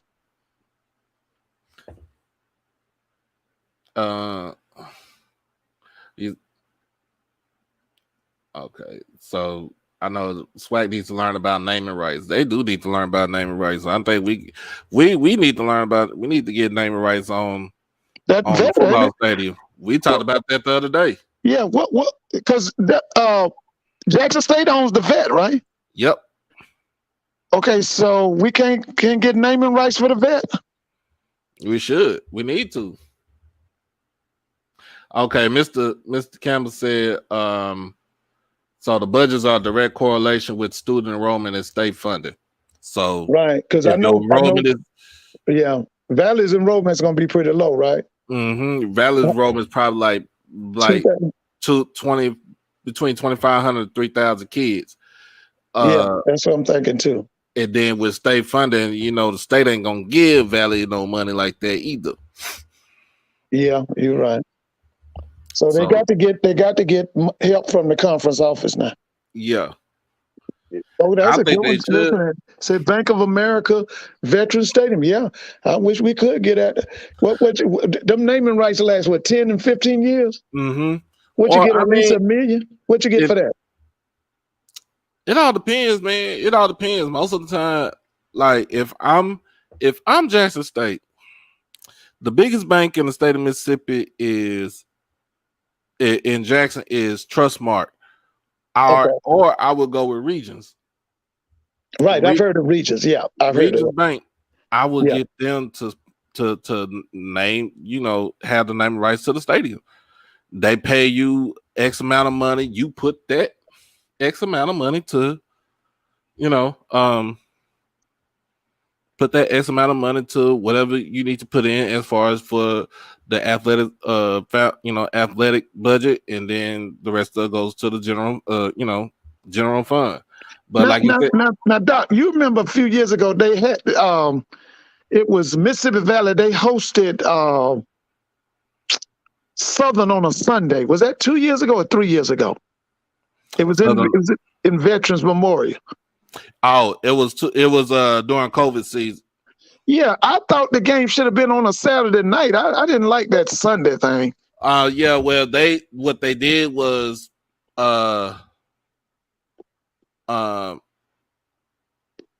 let me see. Oh, okay. I know what you're talking about now. So I remember that. That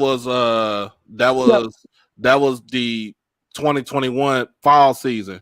So what happened was that's because Jackson State played in the W.C. Gordon Classic the day before. The day before. Right, I remember. And then Valley and Southern played on Sunday afternoon. How much would it cost for Valley to rent the vet? I know it takes a lot of money. That's the reason why they stopped playing. They stopped coming to the vet all the time from when they played Jackson State. Because I'm thinking, Southern bring that big crowd. They don't need to have that Southern crowd coming to Itabena. Do Southern and Valley play in Jackson? That'll be a big crowd. I'm telling you, I went to one of them games. That was 80. Was it 86? Wait a minute, 85. I was a student at Grambling, and Southern played Mississippi Valley in Jackson. It was a Saturday night. It was like early in the season. And I'm telling you, it was at least 40, 45,000. It was a big crowd. But yeah, I think now, well, as you said, if you say that, I think it could happen right there too. Yeah, I think that could make them a lot of money to play in Jackson. Yeah. And it's not like you're using a lot of money to bring everybody down from Itabena, because it ain't no but an hour and a half drive from Jackson to Itabena. Yeah, and it would be shorter for the Southern people if the game was in Jackson, right? Yeah, because that's a 2-hour drive for them. Right. Yeah, you're right. That says Brown Sugar says they need the revenue in Itabena. You're right. Yeah, but the thing is, you need because you're not putting the winning product on the field, people are not coming to the game. That's the main thing right there. Because if you're not putting the winning product on that field, nobody's not going to come to the game. Yeah. The main thing is we got to find a way to get money to because we got to get some more money in their budget. And then it sucks for Valley because you got Delta State, which is 30 minutes up north in Cleveland, and then you have Mississippi Delta, which is pretty much 10 minutes going west back, like if you're going back towards Greenville, and that's in Moorhead. No, but Mississippi Delta, that's a junior college, or is that 4 years? That's a junior college. Junior college. Okay. All right. So yeah, they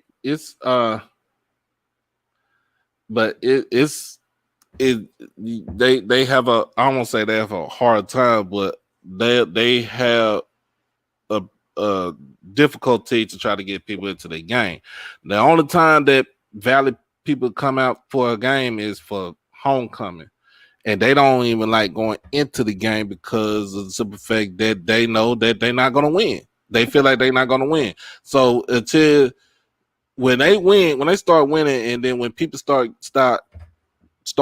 getting that notion in their head that they're going to lose every time, then you're going to have the same issues all, over and over and over again. Well, let me say this. I saw them about two seasons ago. They played Florida A&M in Itabena, and I'm telling you, they gave Florida A&M a hard way to go. And I saw them play Jackson, and they gave. So, what was the major problem at Valley with the football team? Was it offense or defense? Because it looked like to me they played good defense. Offense. No quarterback, no offensive line. What was the problem? Quarterback play. Quarterback play, and offensive play calling was the main problems for Valley. Valley, like when you had, he's not there no more, but Caleb Johnson, Right. That's the one with the pro view. Yeah. He's your bell cow.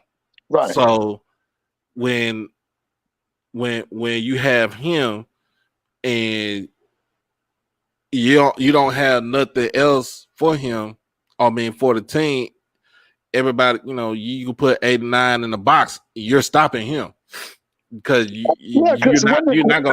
they're not gonna throw on you.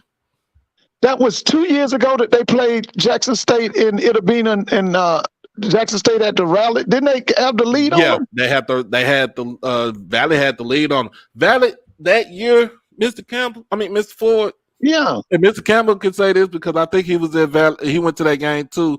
But when Valley played FAMU, I saw that on television. They gave FAMU a hard way to go. FAMU had the lead. Valley came back. Yeah, that's 2 years ago, right? Yeah, that was 2 years ago. At Itabena. I watched it on television. Valley doesn't give the full 63 scholarships either. That's crazy, man. Damn. That's crazy. That's I understand, but that's still foolishness right there. Dang.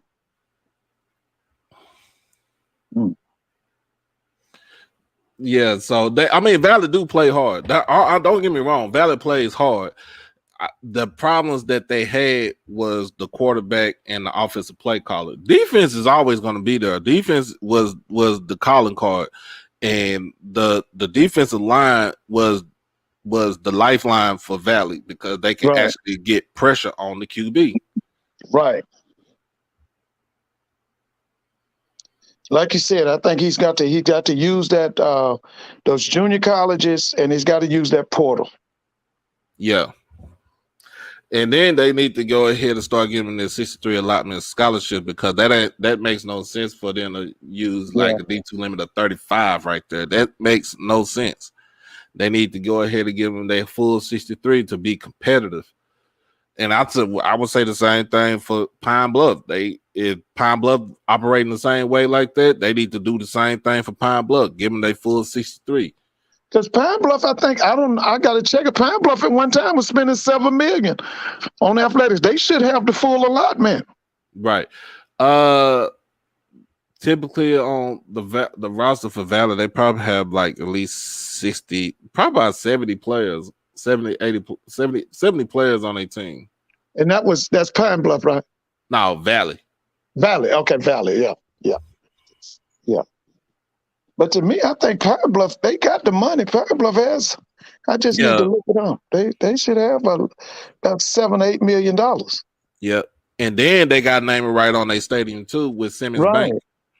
So it's not like Pine Bluff is not getting no money from Simmons Bank either because they're getting some sort of money from there. And got a nice stadium, right? Yep. They redid that stadium. Yeah, 16,000. I think it holds about 16,000. But do they still utilize Fayetteville? Not Fayetteville. They used to go into Little Rock. They still go into Little Rock, right? Yeah, at Old War Memorial. Right, that's right. Yeah, I think they bring Southern and Grambling into Little Rock. I think they do. Valley enrollment so low, they got to start thinking long and hard about dropping. Because if not, it's a good chance they could merge with Delta State, whose enrollment is low as well, or close their doors. Ooh, yeah, it's that Valley discussion about merging with other schools. People was up in arms about that. I remember when it was 1 year. In fact, I was back at Jackson State. It was 2009. I think it was Haley Barber was talking about I remember merging all three schools. That's right. Yeah, that's right. I remember that. And everybody was like, hell no. Listen, whatever happened to that lawyer Chambliss? Remember, he sued the state of Mississippi on behalf of the HBCUs. Was his name Chambliss? The case was Ayers. Oh, the Ayers case. Yeah, what was that lawyer's name? Was it Chambliss? I wouldn't even. I forgot. It's been so long with that case. What was his name? It been so long about that case right there. Yeah, I was in school when they had that case right there. yeah, Ayers. Was it Ayers versus Mississippi? Yep. That guy was named Chet because I think he was a graduate of was it Howard University? He was a graduate of Howard University's law school, and he was an undergrad. There it is. That's him, the Ayers case lawyer. What was his name? It wasn't Chambliss. Let me see. His undergrad was Jackson State, and he got his law degree from Howard University. There it is. Alvin Chambliss. That was him. Now, is he still around? Is he still in Jackson? Let's see. I ain't know Benny Thompson was on this case too. Oh, okay. Alvin Chambliss. That's him. I remember him. Yeah.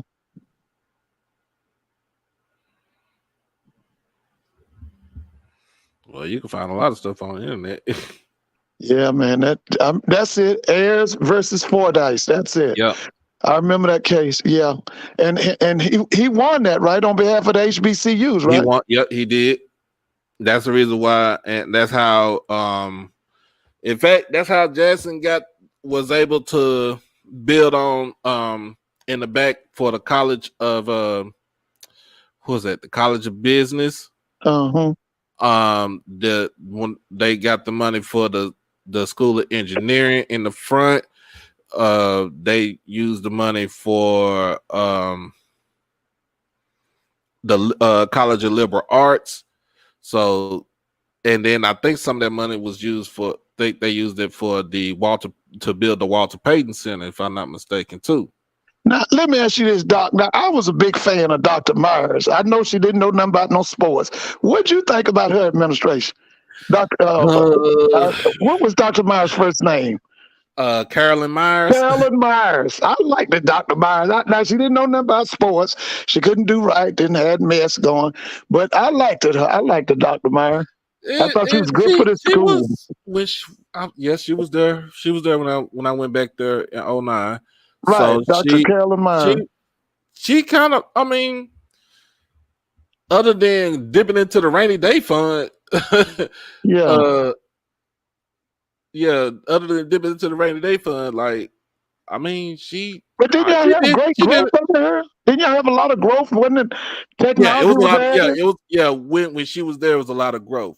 Now, the only problem we had was when they let Bob Brady go from athletic director, and they named Vivian Fuller. That was a disaster. I remember her too.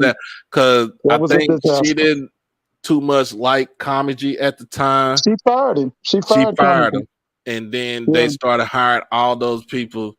And then I think she got fired too. Because she everybody was suing her or something. Wasn't she bothering people? Yeah. She got fired too by President Bynum. Right, I remember Bynum. Wait a minute.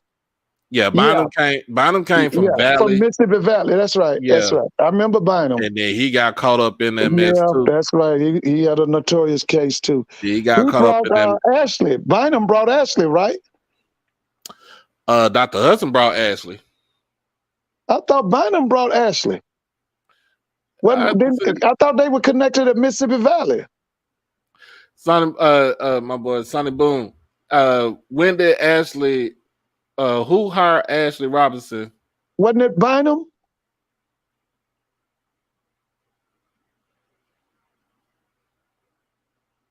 I think it was Bynum. I think Bynum brought Ashley to because Ashley came from Prairie View, right? And Bynum brought him there and made him VP and head of Mr. Campbell said, they did. He did bring him in. That's right. Bynum hired him. That's right. Yeah. And Hudson came in as a replacement for Bynum. Mm-hmm. Who was voted by the IHL. Yeah. Ms. Kim, what'd you think of Dr. Myers? I told him I know she couldn't do sports, but I thought she was a great president. But there's a lot of growth with her. Yeah, that's what I thought. I thought she did great things. Of course, like I said, we didn't know nothing about how to run no football program, no sports and all that. But I thought that the school was growing and a lot of stuff was happening Okay. when she was president. Said Hudson didn't come until November 2020. But he was an interim though. That's the thing though. I think he was an interim. He didn't get named. I think he didn't get named full-time president until 2020. Let me see. Now, well, let me ask you this, Doc. Now, what will he be known for besides helping bring in Deion Sanders? What will President Hudson be known for besides the Deion Sanders effect and all that? To me, I just feel like he would be known. That would be the main thing that he would be known for. But my main thing he would be known for was trying to keep the school afloat after Right. the mess with Bynum. What you think about Jackson State having a law school? What you think about that? Yeah, that's what I'm thinking too. Southern got one, so Jackson should have one. At FAMU got one. Jackson should have. Texas Southern got one. You said, Ms. Kim said, I met several times with Dr. Meyer.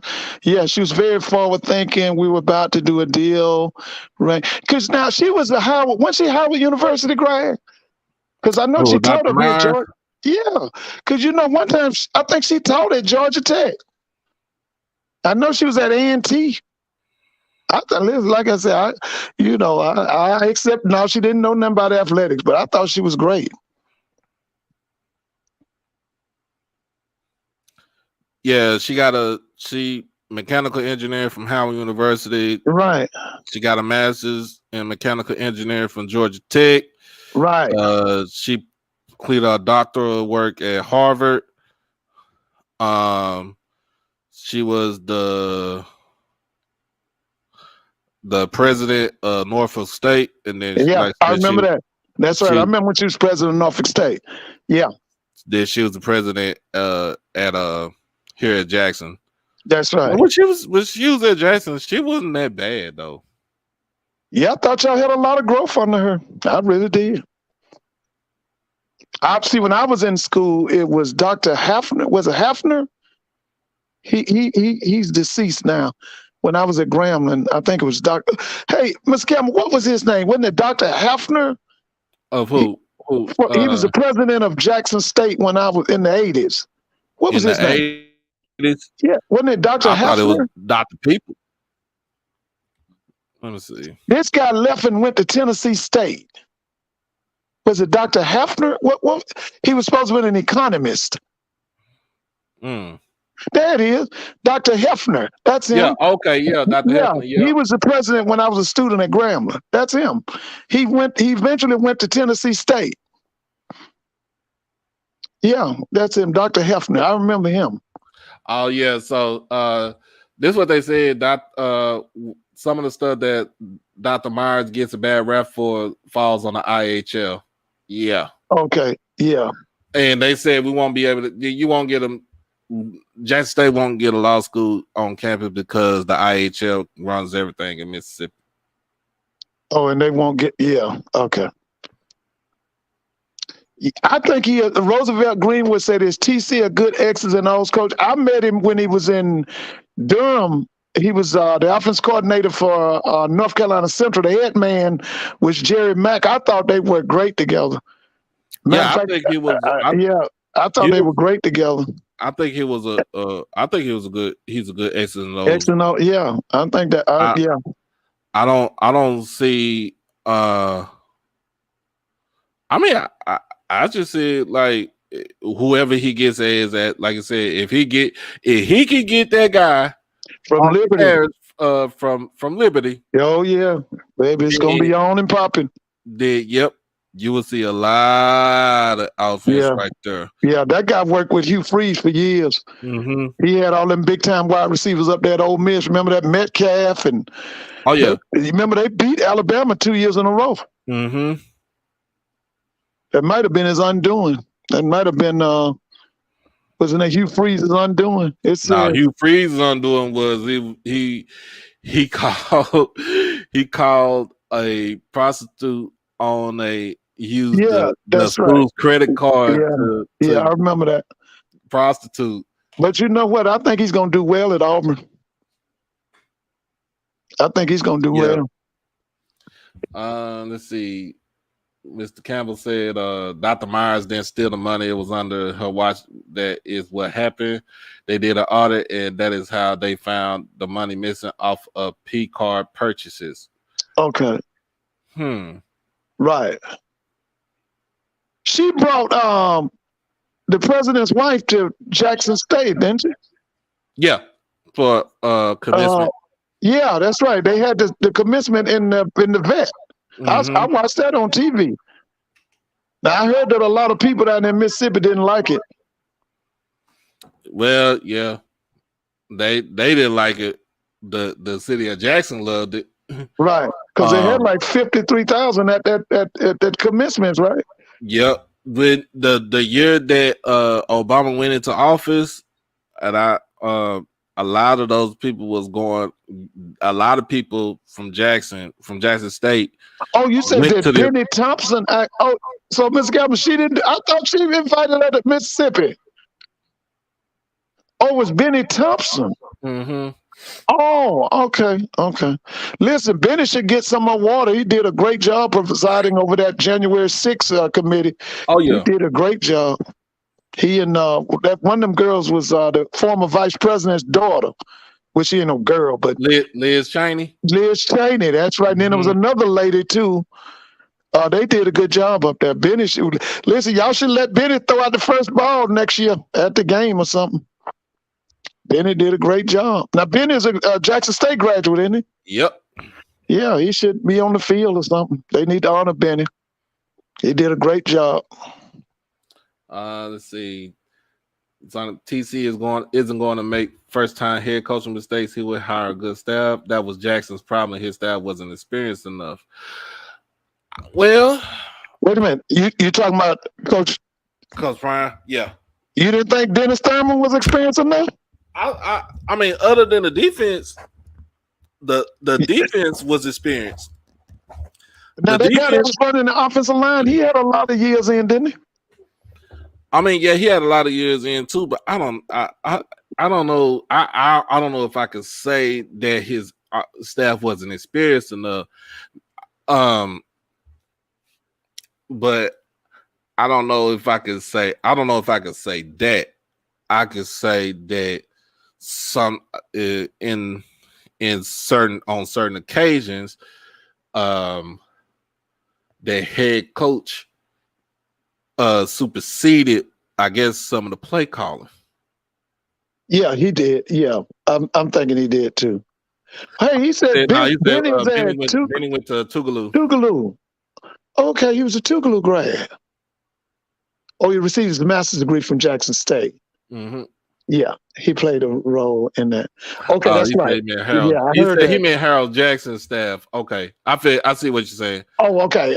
He was saying Harold Jackson's staff, but no, I mean, but with Prime staff, I think in certain situations, like, I think in certain situations, when it came to the offensive play calling, mainly the offensive play calling, because the defense play calling was spot on, and I feel like when it came down when it was coming down to do adjustments, Dennis Thurman made great adjustments for his defense. That's the reason why we stopped doing the man blitz and we did more of a zone play against certain teams in 2021, and then in 2022, really nobody didn't have the athletes to to keep up with the defensive backfield and the front seven.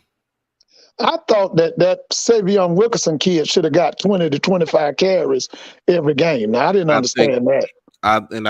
That's my thing too.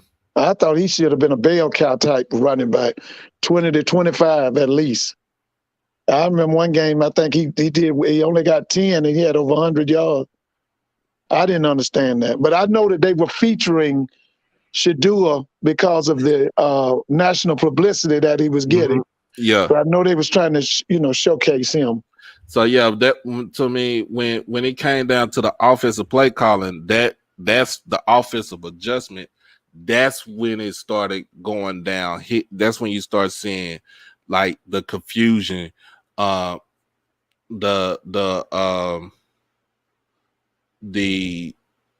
like more throwing instead of running the ball when you're up by 30, 40 points. Run the ball. Don't throw the ball all the time, because you if you miss the pass, you're dropping, you know what I'm saying, you're stopping the clock, especially in fourth quarter situations. Well, hey, Sonic Boom, the biggest problem y'all had in that, y'all had too many defensive linemen out. You said, where was the Thurman adjustments in that CB? Listen, y'all had all them linemen, defensive linemen were out. Yeah. The boy that's done come back, what's his name? Gaddy was out. Big Country out. Who else was out? Michael plays because he could play linebacker and DN. He was out, and Katron Evans, he was out. He was out. Yeah, y'all had too many defensive linemen out. It's too many defense. That would have been your strength, depth at the defensive line spot. You come into the they put one kid, he was way too small. I think he was weighing 67. That kid was too small. Now, Justin Reagan, that's number 92. Is he coming back? No, he's done. He came in during when John Hendricks was the head coach. Yeah, so I remember Justin was from Memphis. Where is he from? Yeah, Memphis. Yeah, I remember him. I seen it where now I just seen it where Quay Davis is in the portal. Quay Davis in the portal? Yep. Oh man, they were gonna turn him loose this year. And then a lot of people is talking about they didn't want to seem like they were poaching players from the team, but I think that's what was going on anyway. That's the reason why I feel like some people saying, well, some of these kids are still sitting in the portal until they actually get that offer from Prime at Colorado. But to me, I don't think you should be able to, you don't need to be doing that. But Blue said a lot of coaches in the SCS were complaining about that. Yeah, they are. I saw the guy Pat Narduzzi up at Pitt was complaining about it. And I saw some other coach. Listen, this guy says, look, now Lewis Tillman played for W.C. Gordon. I remember him. Yeah. He was on some great team. That Dexter Wright, he either played for Big Daddy or he played for Judge. What was Judge's name? Coach Hughes. Coach Hughes. Mm-hmm. See, Dexter and them, I remember they went up to D.C. I think they went up there and played Howard. But I remember that Lewis Tillman, he was on some great teams in the 80s. I mean, he went to the Giants. He was from Hazelhurst, I think. Mm-hmm. Yeah, he went to the New York Giants. He was tough. I remember him. Did he play for the Chicago Bears too? Or was that Spencer Tillman that played for the Bears? Spencer kind of played for a little bit of everybody. Okay. Spencer was Oklahoma, right? Yeah, okay, yeah, that's him. I'm thinking. Yeah, Spencer was, because I want to say Spencer was a Houston Texan. Because he had got to be an analyst on CBS Sports or something. Destry is from Clarksdale. Destry played. Yeah, I remember Destry. Dexter played with Big Daddy and for 2 years, and then 3 years, and then the last year he played for Coach Hughes. Now Dexter played with Sylvester Myers, didn't he? Yep. And now that other DB that died, Rashad Anderson. Anderson, yeah, I remember them. Yeah, I remember them. So Quay is in the. I hate that, in man. the portal, meaning that he probably would be coming back home to Dallas, probably somewhere in Dallas to play like North Texas or something if he gets picked up. Right. Yeah, and it sucks because Prime didn't play him because they were so loaded and so deep at receiver this season. And they still are loaded at wide receiver, right? He's still loaded at wide receiver. Yeah, I heard the wide receiver room was thick. So I don't know. I don't know if he's seen the writing on the wall, or he feels like he can actually get some, more playing time somewhere else. But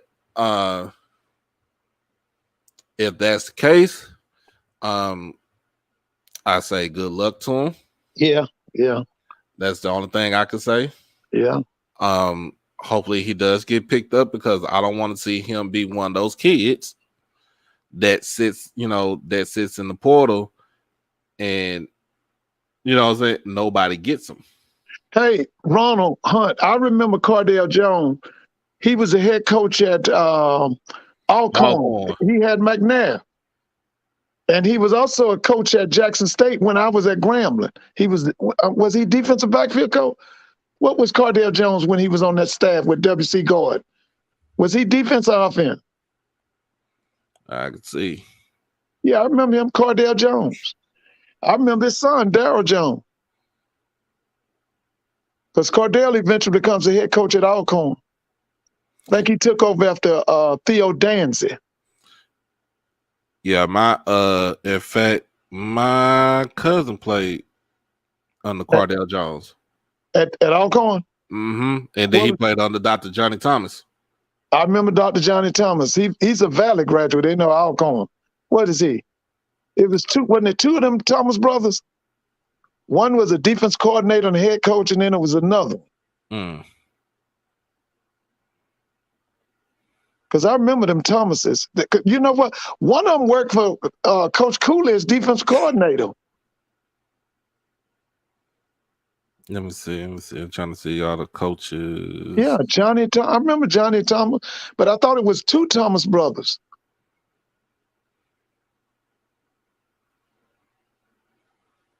Because Steve McNair, I'm trying to think, he came in. Steve McNair came up to Cardale Jones. Cardale Jones, yeah. Ricky Jones was his offense coordinator. The guy that was a defense coordinator, Mario Kirkland, he was from Jackson State. There it is right there. Johnny Thomas is Dr. Dennis Thomas' brother. Right. Johnny Thomas used to be the defense coordinator at Mississippi Valley under Archie Cooley. And then he got to be a head coach at Alcorn. That's right, Johnny Thomas. I remember him. Now, you know what? My cousin didn't play under Cardale Jones. Cardale Jones left in Yeah, he did play, but my cousin redshirted in '97 under Cardale Jones. He played under coach under Dr. Johnny Thomas. Dr. Johnny Thomas, yeah. Yeah, '98, because my cousin was the SWAC newcomer of the year. What was his name? Damian Ford. Yeah, now what was his position? Quarterback. That's right. I remember him. Yep. Yeah. He wanted to do both sports. He wanted to play football and basketball, but basketball was his love. Football was his mistress. Right. What was his hometown? Huh? Where was he from? He was from Dallas. Okay. Mm-hmm. He in fact, he graduated from Madison High School. They really wasn't that good at football at that time because most of the kids went over to Lincoln to go play, which is number like 3 miles from each, 3 miles from each other. Go down Malcolm X Boulevard, you'll you'll run right into Lincoln, and Madison is on Martin Luther King. But he didn't do too. They did. The team was not that good in football, but he did set some records there before he while he was in school there for passing yards and passing touchdowns for the school. So I know he probably passed for about 6,000. He passed for like either 5,000 to 6,000 yards and probably like 50 touchdowns. This was in high school or college? High school. Listen, I remember coming out there. I was a student at Grambling. That was Yates and Madison that played at the Astrodome, wasn't it? What year? This was like 85 or 86. Yeah, I think Los would tell you. He'll know because he's from Houston. Yeah, it was Yates and Madison. They met up in the Astrodome. I was thinking, was it 85? I think it was 85 or 86. Yeah, you said you correct. Yeah. Because let's see now, what year was that? That was 83. Was it 83 or 84? 83. Yates had a McDonald's All-American, a guy named Ricky Winslow. He could jump out the gym. Yeah. He said you could pick a year with Yates and Madison. That's right. Yates and Madison. They met in the Astrodome. Yeah. But yeah, man. They like he wanted to play basketball. In fact, they won 2 state championships in basketball in high school. And what was that? What was it? That's Madison. At Dallas Madison. So he won. Oh, that's his son. Oh, okay. So that's Ricky Winslow's son at yeah. Justice. Okay, because Justice Winslow went to Duke, didn't he? Yep. Yeah. Listen, his daddy could jump out the gym too. Now his daddy came after that Fly Slammer Jammer group. Remember Akeem Olajuwon, what's that other, the one that played for the Houston Rockets? They won the championship. What's his name? Clyde Drexler. Clyde Drexler, that's right. Yeah, Winslow came after them. Yeah, he came after them. But I'm trying to figure out with Coach Prime coach more than 2 years after Shedeur goes pro. I don't know. He probably would. He probably won't. I don't know. I'm thinking Shedeur do 1 year and get out of there. Because I'm telling y'all can say what y'all want. Shedeur is going to take a beating this year. He gonna take a beating. I'm telling you. You and I done talked about this. Now I'm telling you now. Utah gonna smash them. Southern Cal gonna smash them. UCLA gonna smash them. Oregon is going to smash them. Washington gonna smash them. They got him. They got him like early Heisman front runner. Who should do it? Yeah. Okay. On the Heisman list. Hey, Mr. Campbell, you're right. Okay, Clyde Drexler. I remember Benny Anders. Benny Anders was Evan Hayes' cousin. I remember Reed Getty. They called Larry Michaud Mr. Mean. Them boys there should have won that championship in 83. Was it 83 they should have won it? They lost it to North Carolina State. Yeah. That was Drexler, Benny Anders. Yeah, Benny Anders is Evan Hayes and no, his cousin was Mr. Nick Willis Reed. Oh, okay, that was his cousin. Yeah, that's his cousin. Okay. Yeah, Benny Thomas, Dave Rose, who was the head coach over at UNLV. Yeah. Michael Young. You're right. TCU gonna smash them. TCU gonna smash Colorado. Now Oregon State just got that big quarterback from Clemson. He transferred over there. Yeah, Alvin Franklin. I remember Alvin Franklin, Michael Young. They had a boy named Rob Williams. I think Rob is deceased now. Rob was before Alvin Franklin. Rob was a gunner. They lost to North Carolina. Was that 82? Because the 82. Final Four in 82 was Georgetown, North Carolina, Louisville, and the Houston. University of Houston. Yep. The championship turned out to be Georgetown versus North Carolina. Yep. That's when the world met Michael Jordan. That's when he became an honorary white man for beating Georgetown.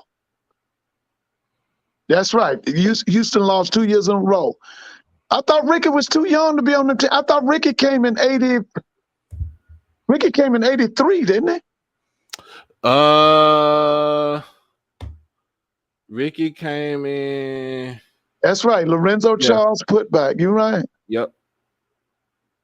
That's right. Benny, Benny was missing for years. They finally tracked Benny down in Michigan or somewhere. Yeah. Yeah, one of them 30 for 30s. They found him.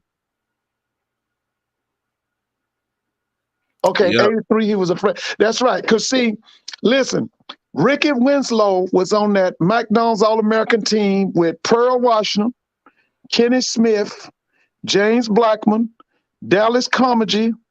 Who else was on there? Oh, some more kids on that, man. I can't think now. For who? North Carolina State? No, this was that 83. See, Ricky Winslow was on the 83 McDonald's All-American team. Oh, Kenny Smith was on there. But the baddest boy on there was that Pearl Washington. Remember Pearl Washington? He went to Syracuse. He was the baddest boy on that team. James Blackman was from Indiana, but he went to Kentucky. Winston Bennett was on that team. Winston Bennett was out of Louisville, but he went to the University of Kentucky. That Dallas Comedy, he was from a school in Philadelphia called Roman Catholic. Yeah, his name was Dallas Comedy. There was some more bad boys on there. I just can't think of them right there. That's right, boys and girls. Let's see, boys and girls. That's right. Now, it was a boys and girls high school out of Brooklyn. Yeah. I think that's where that Pearl Washington came from. Ooh, I loved him, man. Milt Wagner. Milt Wagner and them was from Camden, New Jersey. Yep. Milt went to Louisville, and the boy behind him was named Billy Thompson. They played for, that man was named Denny Crum. Denny Crum beat Mike Krzyzewski in '86 for the NCAA championship. He had them boy. Now, Mike Krzyzewski had never nervous Purvis Ellison. That's right. You're right. And he had Milt Wagner, but Duke had Johnny Dawkins. Yep. Tommy Amica. Yep. Mark Allery. Jay Billis. Yep. And a black boy named David Henderson. Yeah. That's right. Yep. And then if you fast forward to 1990 for when they play UNLV, it got destroyed by 30 by Larry Johnson and those cats. Yeah. Larry's your homeboy. Larry was what? He's Dallas, isn't he? South Dallas. That's right. Larry because he came from a junior college. He went to Odessa Junior College. That's right. He went to Odessa because they met. Listen, they brought him in, and then they brought in Stacey Augmon. Stacey was from California. Yeah. Then you had Anderson Hunt, who's from Detroit. Anderson Hunt, that's right. Moses Scurry, he was out of Brooklyn. George Ackles. David Butler. David was from DC. Yeah. David was a junior college all-star. And Greg Anthony. That's right. Greg Anthony. Greg was big in the Republican Party on the campus of UNLV. Yes, sir, Mr. Campbell. You played the Skyline. Skyline was back then in the 80s. Skyline was up there as far as when it came down to playing ball. They didn't really turn it on in football until, like I said, like the late 90s and 2000s. Basically when, like I said, when Coach Sample got over there from Lincoln.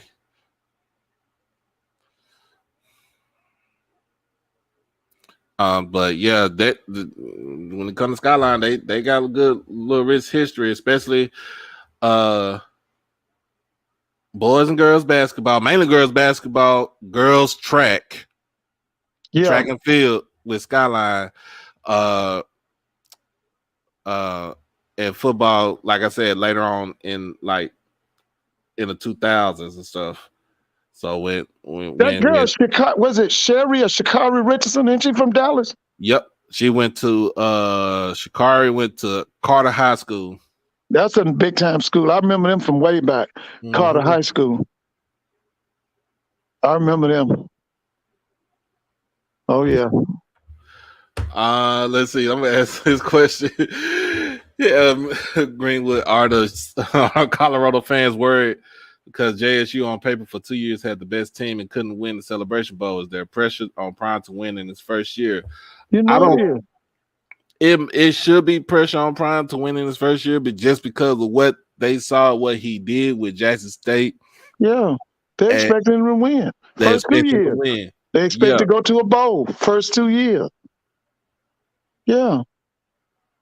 So they expect him to win. Let me tell you something. If he don't win in the first 2 years, you know they're gonna call him a failure, don't you? You know they're gonna call him a flop, right? Yep. They ain't giving him but 2 years. They giving him 2 years. Shoot, they gave Willie Taggart 15 games. They didn't even give him 2 years. Yeah, they ain't giving him 2 years. I think they gave Tyrone Willingham 3, or did they give him 2? They gave Tyrone Willingham at Notre Dame 3 years. 3 years. They don't give us long. He got to win. He got to win immediately. Mm-hmm. I mean, but like if he wins 6 or 7 games to get you to a bowl game, yeah, that's good. I mean, it's better than being like 4-8 and 3-9 and I was about to say 2-11. Yeah. So it's better than that. I would say get you to a bowl game. Get you 6 or 7 wins to get to a bowl game. It might not be a big bowl game, but it get you to a bowl game. I've been hearing all these people all this week talking about the Pac-12 ain't nothing. We gonna see. And how he gonna come in and take over the Pac-12. I'm waiting to see it. Because I done gave y'all some names. Now I'm telling you now, Utah gonna smack them. UCLA gonna smack them. Mr. Tamona said he's against much better talent than he is. And everyone has money. That's right. Everyone has money. That's the main thing about it. Everyone has money. You are on an even playing field now, sir. Because you was at Jackson, you use charisma and you got to get the gab to get the kids to come to the school. You didn't have to go into their celebrity. You know how we feel about a celebrity. We worship celebrities. Everybody know that. You ain't have to go to nobody's house. They just say Deion Sanders, the head coach of Jackson State. They gonna come. State. And you know how we are about celebrities. We worship celebrities. He wasn't the only one. Now I do not want to see him fail, but that is a tough climb right there if you really think about it. Yeah, you're right, Fred. They said that's what he's not getting. He's getting skill. He's getting the DBs, getting the wide receivers, the running back. They saying they ain't seeing a whole lot with them big linemen. Yeah, you're right. The trenches is going to be a problem. You're right. That's it. That's what they're saying about Prime wins. If Prime wins, if they fire him, they have to pay him 75% of his salary. Yeah. Ms. Mona said they played him and he played himself. Well, the main thing was they had to get him out of Mississippi, out of Jackson State, and out of the HBCU world. That was the main thing. Okay? But what they did, they gave him a dump to go to because he could have got a 10 times better program than Colorado. But they accomplished what they wanted to do. Mm-hmm. That was they wanted him out of Mississippi, out of the SWAC, out of Jackson State. And they got all of that in one. Power play. But it's going to be funny, though, because if TC could continue doing the things that he's doing now. Oh, yeah. Like I told you before, I think we're in the midst of a golden era, and it ain't coming to an end. I'm going to keep saying that. Tamona's like, she said Colorado's where coaches' careers go to die. There you go. That's the reason why Mel Tucker left. Mel Tucker, he left after that 1 year. Darrell, Carl Darrell. Listen, every coach since Gary Barnett and them was out in the early 2000s. They ain't had nothing at Colorado since. Yeah, when Mel Tucker rolled up out of there after 1 year. 1 year. They fired Carl Darrell after what, 2 or 1? 2. 2. And see, that's the crazy thing is with Carl Darrell, that's the second Pac-12 job he got fired from because he got fired from UCLA. Yeah, he did because he used to be in the NFL. Carl was Denver Broncos, I think. So however he was coaching did not turn into any type of success, and he got fired from 2 jobs. Well, listen, now, Doc. We got to talk about Dr. Charles McClellan. Now, what do you got to do this year, man? Just sit down and do nothing and just take pictures, like Dr. Dennis Thomas used to do? What kind of new ideas he got to hit us with this year? Be proactive. Yeah. You got to be proactive. Well, I want us to. I know everybody gonna say, "Well, we can't do it now," but I want us to get rid of ESPN because I was so ticked off with that during on ESPN Plus this year. That was just straight trash. And I was so impressed with that HBCU Go this year. I enjoyed every one of them games. Yep.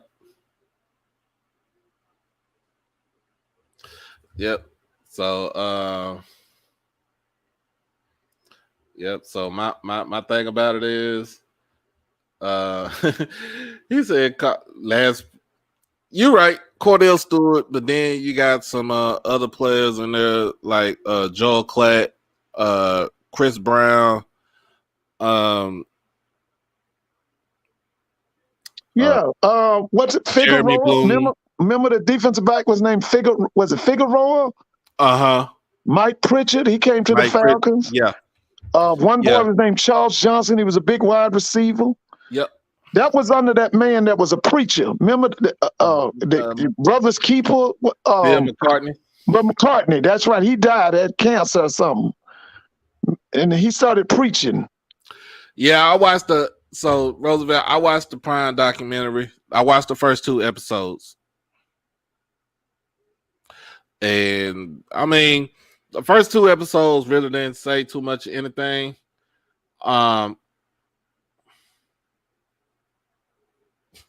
It really didn't say too much of anything, but no, I like Ms. Kelman. I like Dr. McClellan now. I don't think much of the commissioners over there in the MEAC. Now I like Dr. McClellan. Let's see, MEAC. Yeah, MEAC is. Listen, they might have the best football team, but they ain't got no leadership. Yeah, I do believe that we're in a golden era in black college football. I do believe that. We got to be back. You got to be back there because that kind of, in a sense, that kind of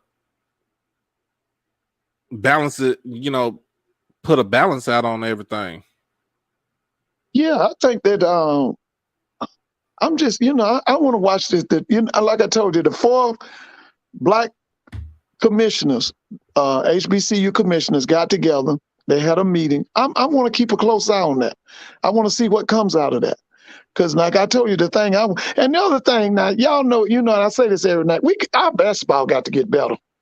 Listen, somebody told me the other day, Mr. Campbell, y'all arena down there is bigger than Georgia Tech's arena. It's nice. Yeah, they said the FAMU's basketball arena is bigger than Georgia Tech. Georgia Tech Power 5. Now listen, when y'all gonna win the SWAC? When y'all gonna win the SWAC in basketball? This is nice.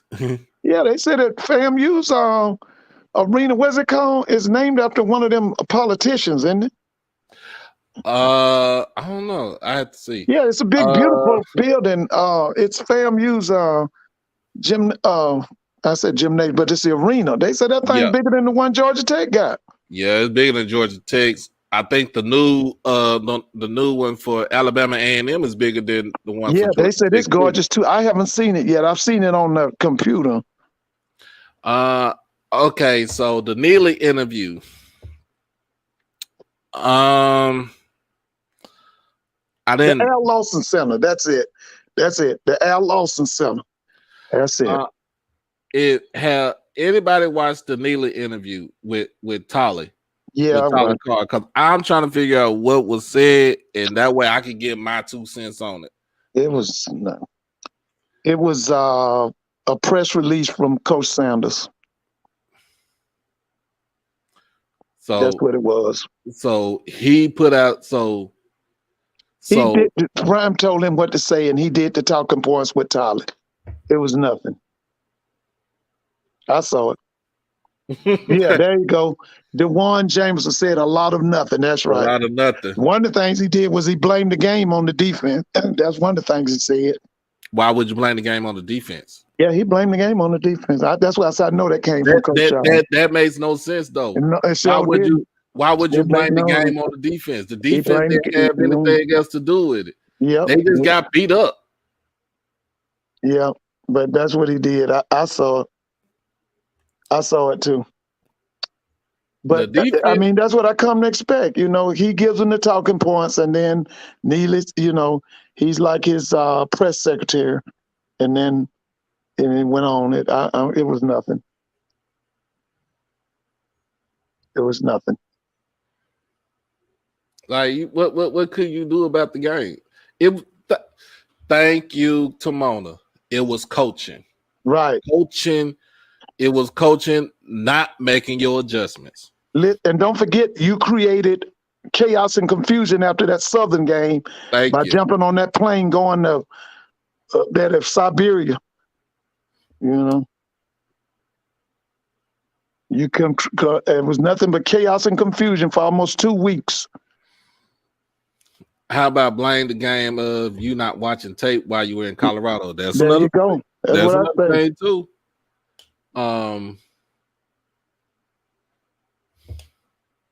That's a thing too. Now, Mr. Ford called Colorado Siberia, America, y'all. I couldn't do that. Hey, my wife laughing, and she in the chat. She laughing. I said he called Colorado Siberia, America. Okay, listen. Some of them boys gonna walk from them mountains back to Jackson. You watch and see.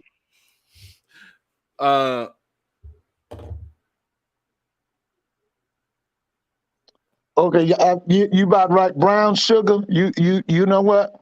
I can go with that. He is. I mean, because it's like. Listen, isn't Neely a Jackson State graduate? Yes, he is. Well, he's doing a lot for Colorado right now. Yes, he is.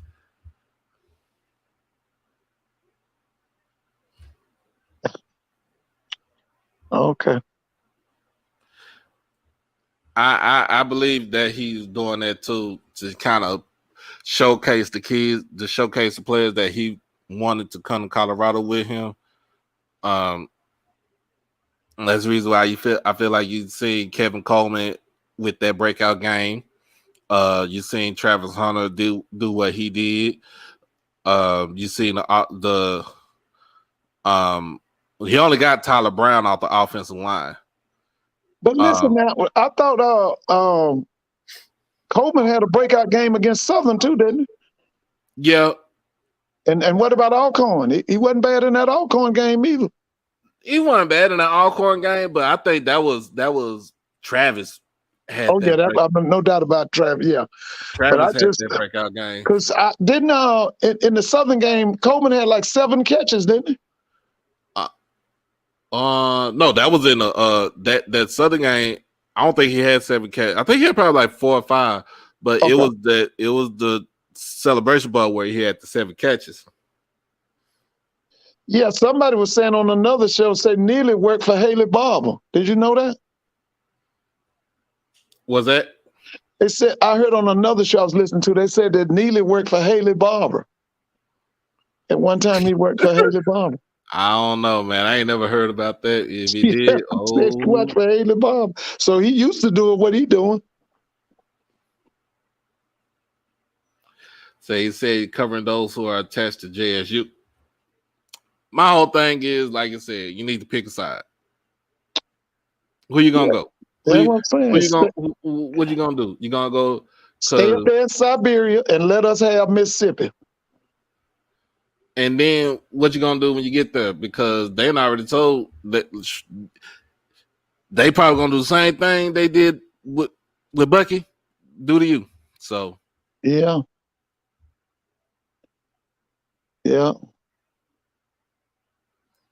So Tyler Brown was one to transfer to Colorado. Willis Patrick is still in the portal, so he's trying to get his decision ready. But I think he's going to TCU.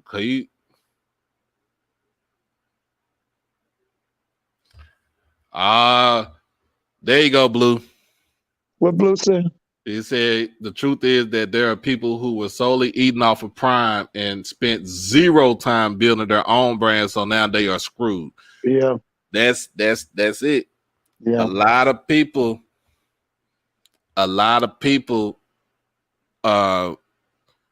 built their platforms off the, Prime being at Jackson State.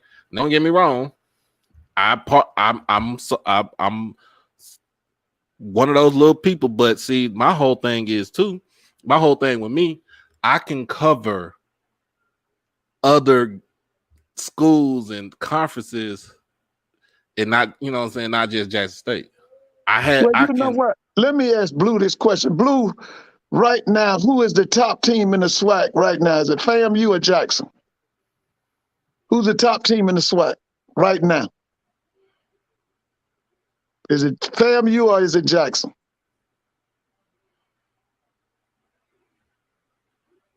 I haven't seen. We'll wait on Blue to put that in, Blue.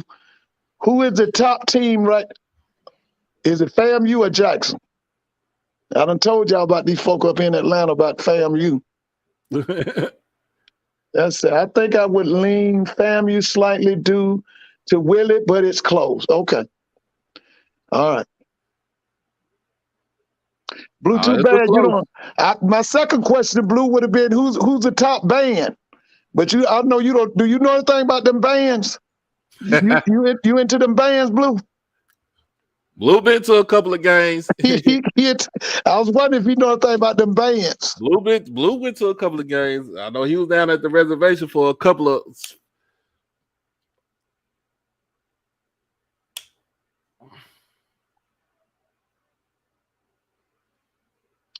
They say because, okay, Travis said a jukebox, baby. Okay.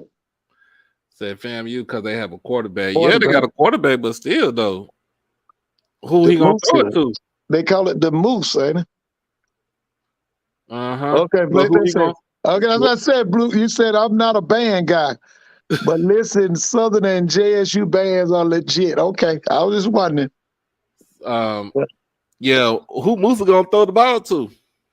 Well, his primary target gone. He got that boy from Texas. What is his name? Cherie? What is his name? Yeah, he's still there. He didn't even target him that much, but he probably gonna target him a lot for next season. Now, what about that kid?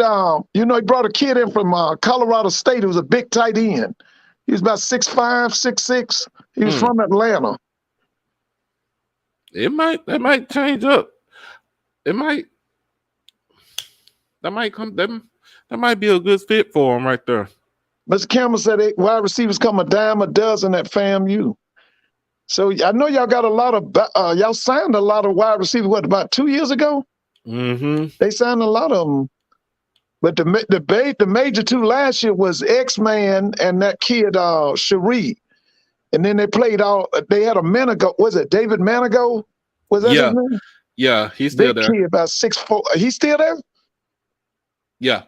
Because I always thought he was more of a wing tight.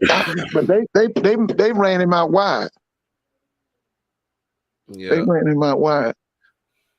My wife said I'm about to be single because we hungry. So first of all, man, thank y'all for coming on. Thank y'all for tuning into the show. Thank Austin Robinson.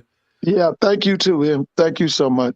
Thank him for coming on and telling me about all the stuff he done and letting everybody see the video that he put out for Jackson State.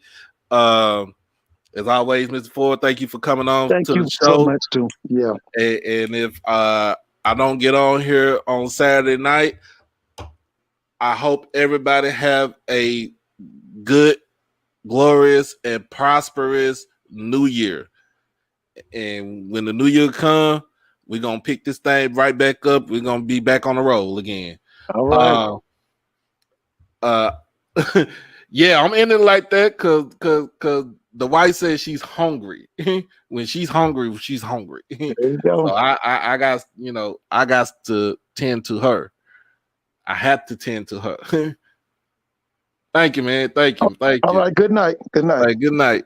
Other than that, I wasn't on the show yesterday, but my daughter's birthday was yesterday. She turned 21, so she's in Mexico right now on a cruise. So I don't care.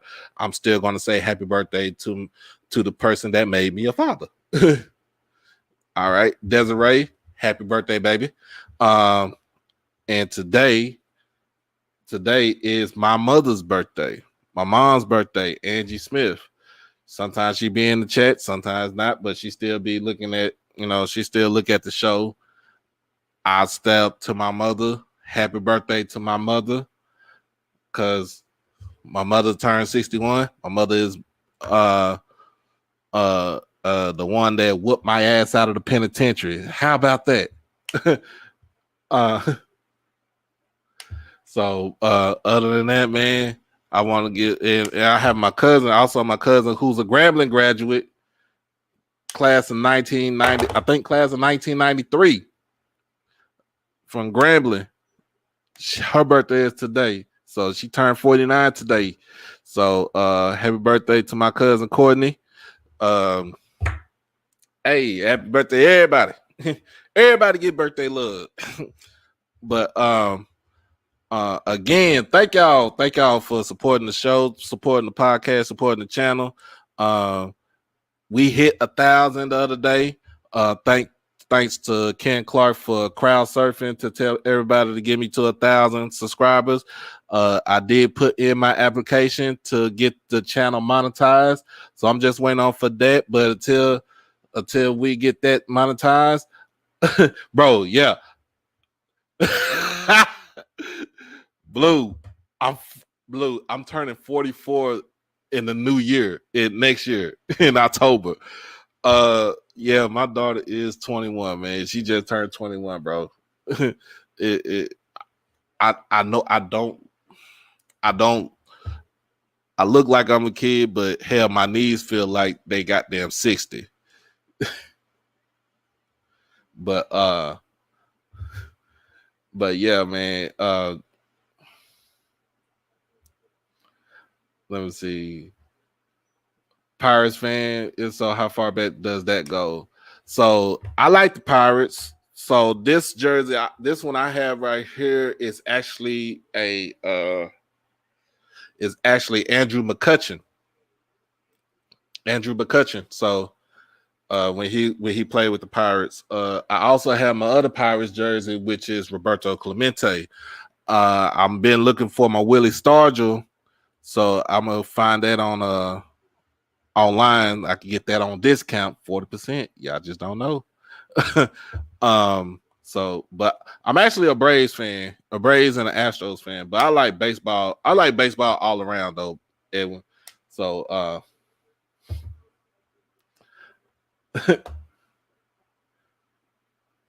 but yeah, man.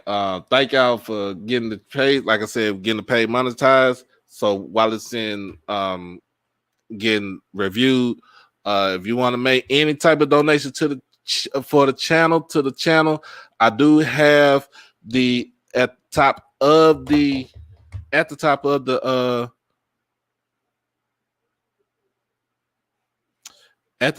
page, the chat where you can donate to the channel. And we're gonna try to get my guy Austin here. We're gonna get him right with what he does, man. Cause bro, that I love what he does, man. I love the video concepts and everything. That bro, S-Class, man, that was a masterpiece.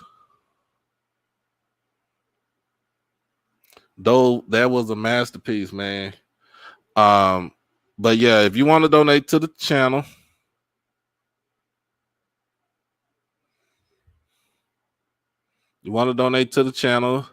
the Cash App is in the chat.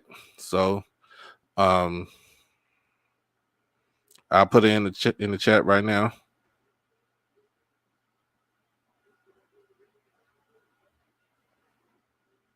Because right now I'm basically getting I'm waiting on for them to review my channel to get so it can get monetized.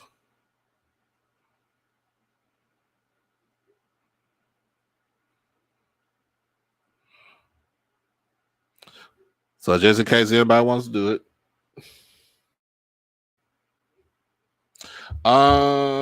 If you what size hat do you wear, bro? It just hit me up on on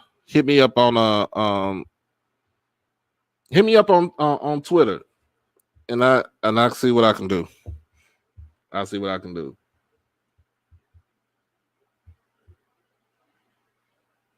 Oh man, my first baseball game was 7 1/4 lows. My first baseball game I went to was the Rangers and the White Sox at Old Arlington Stadium. Nope, I take that back. It wasn't that. My first baseball game I actually went to when I lived in Oakland, California, was the Oakland A's. And I forgot who they was playing. And then I went to the actual World Series, and it was the Earthquake Series. So I was living there at the time when they played San Fran.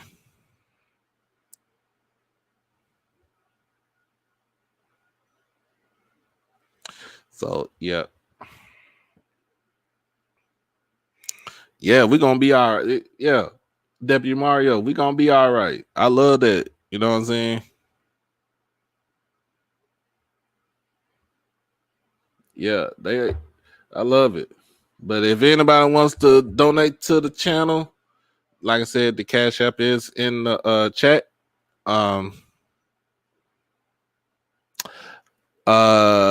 I didn't see Barry Bonds live. No. When I was living in Oakland, no. I'm gonna tell you when I was living in Oakland. I was living in Oakland when it was the Bash Brothers. Mark McGuire, Jose Canseco, Ricky Henderson, Dave Parker, Dave Henderson, Mike Gallegos, Dennis Eckersley, Tony La Russa was the manager in the late 80s and 90s. That's when I was living in Oakland. Then I wanted to go to the one when they played the Big Red Machine, the Cincinnati Reds with Jose Rio, Barry Larkin, all those guys, Chris Sabo, Rod Dibble. Yeah, I wanted to watch them too, but I didn't get a chance to.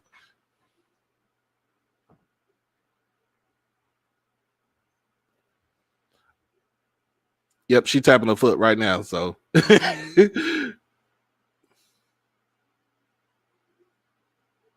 Fred Lewis. Oh man, I remember him. Hey, we can talk about baseball all day. I'm a baseball guy. Yeah. Hey, Lo, send that to me on Twitter. In my DM me that to me on Twitter. I want to see that interview. And if it's something that I could go about you, I'll create a show for that.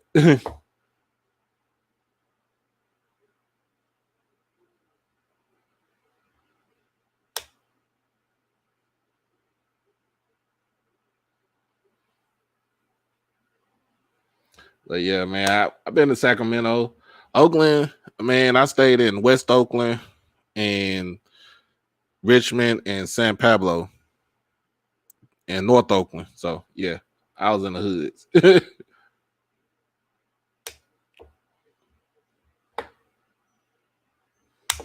Yeah, the Earthquake series and 90 series, I was in 4th grade.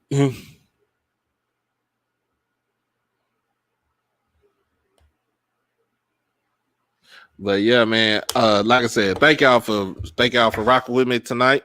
I'm about to go get this food because I'm hungry myself. And if anybody looking, look for hats, just DM me on Twitter. Handle is is on the ticker. You want a Cash App, anything to the channel.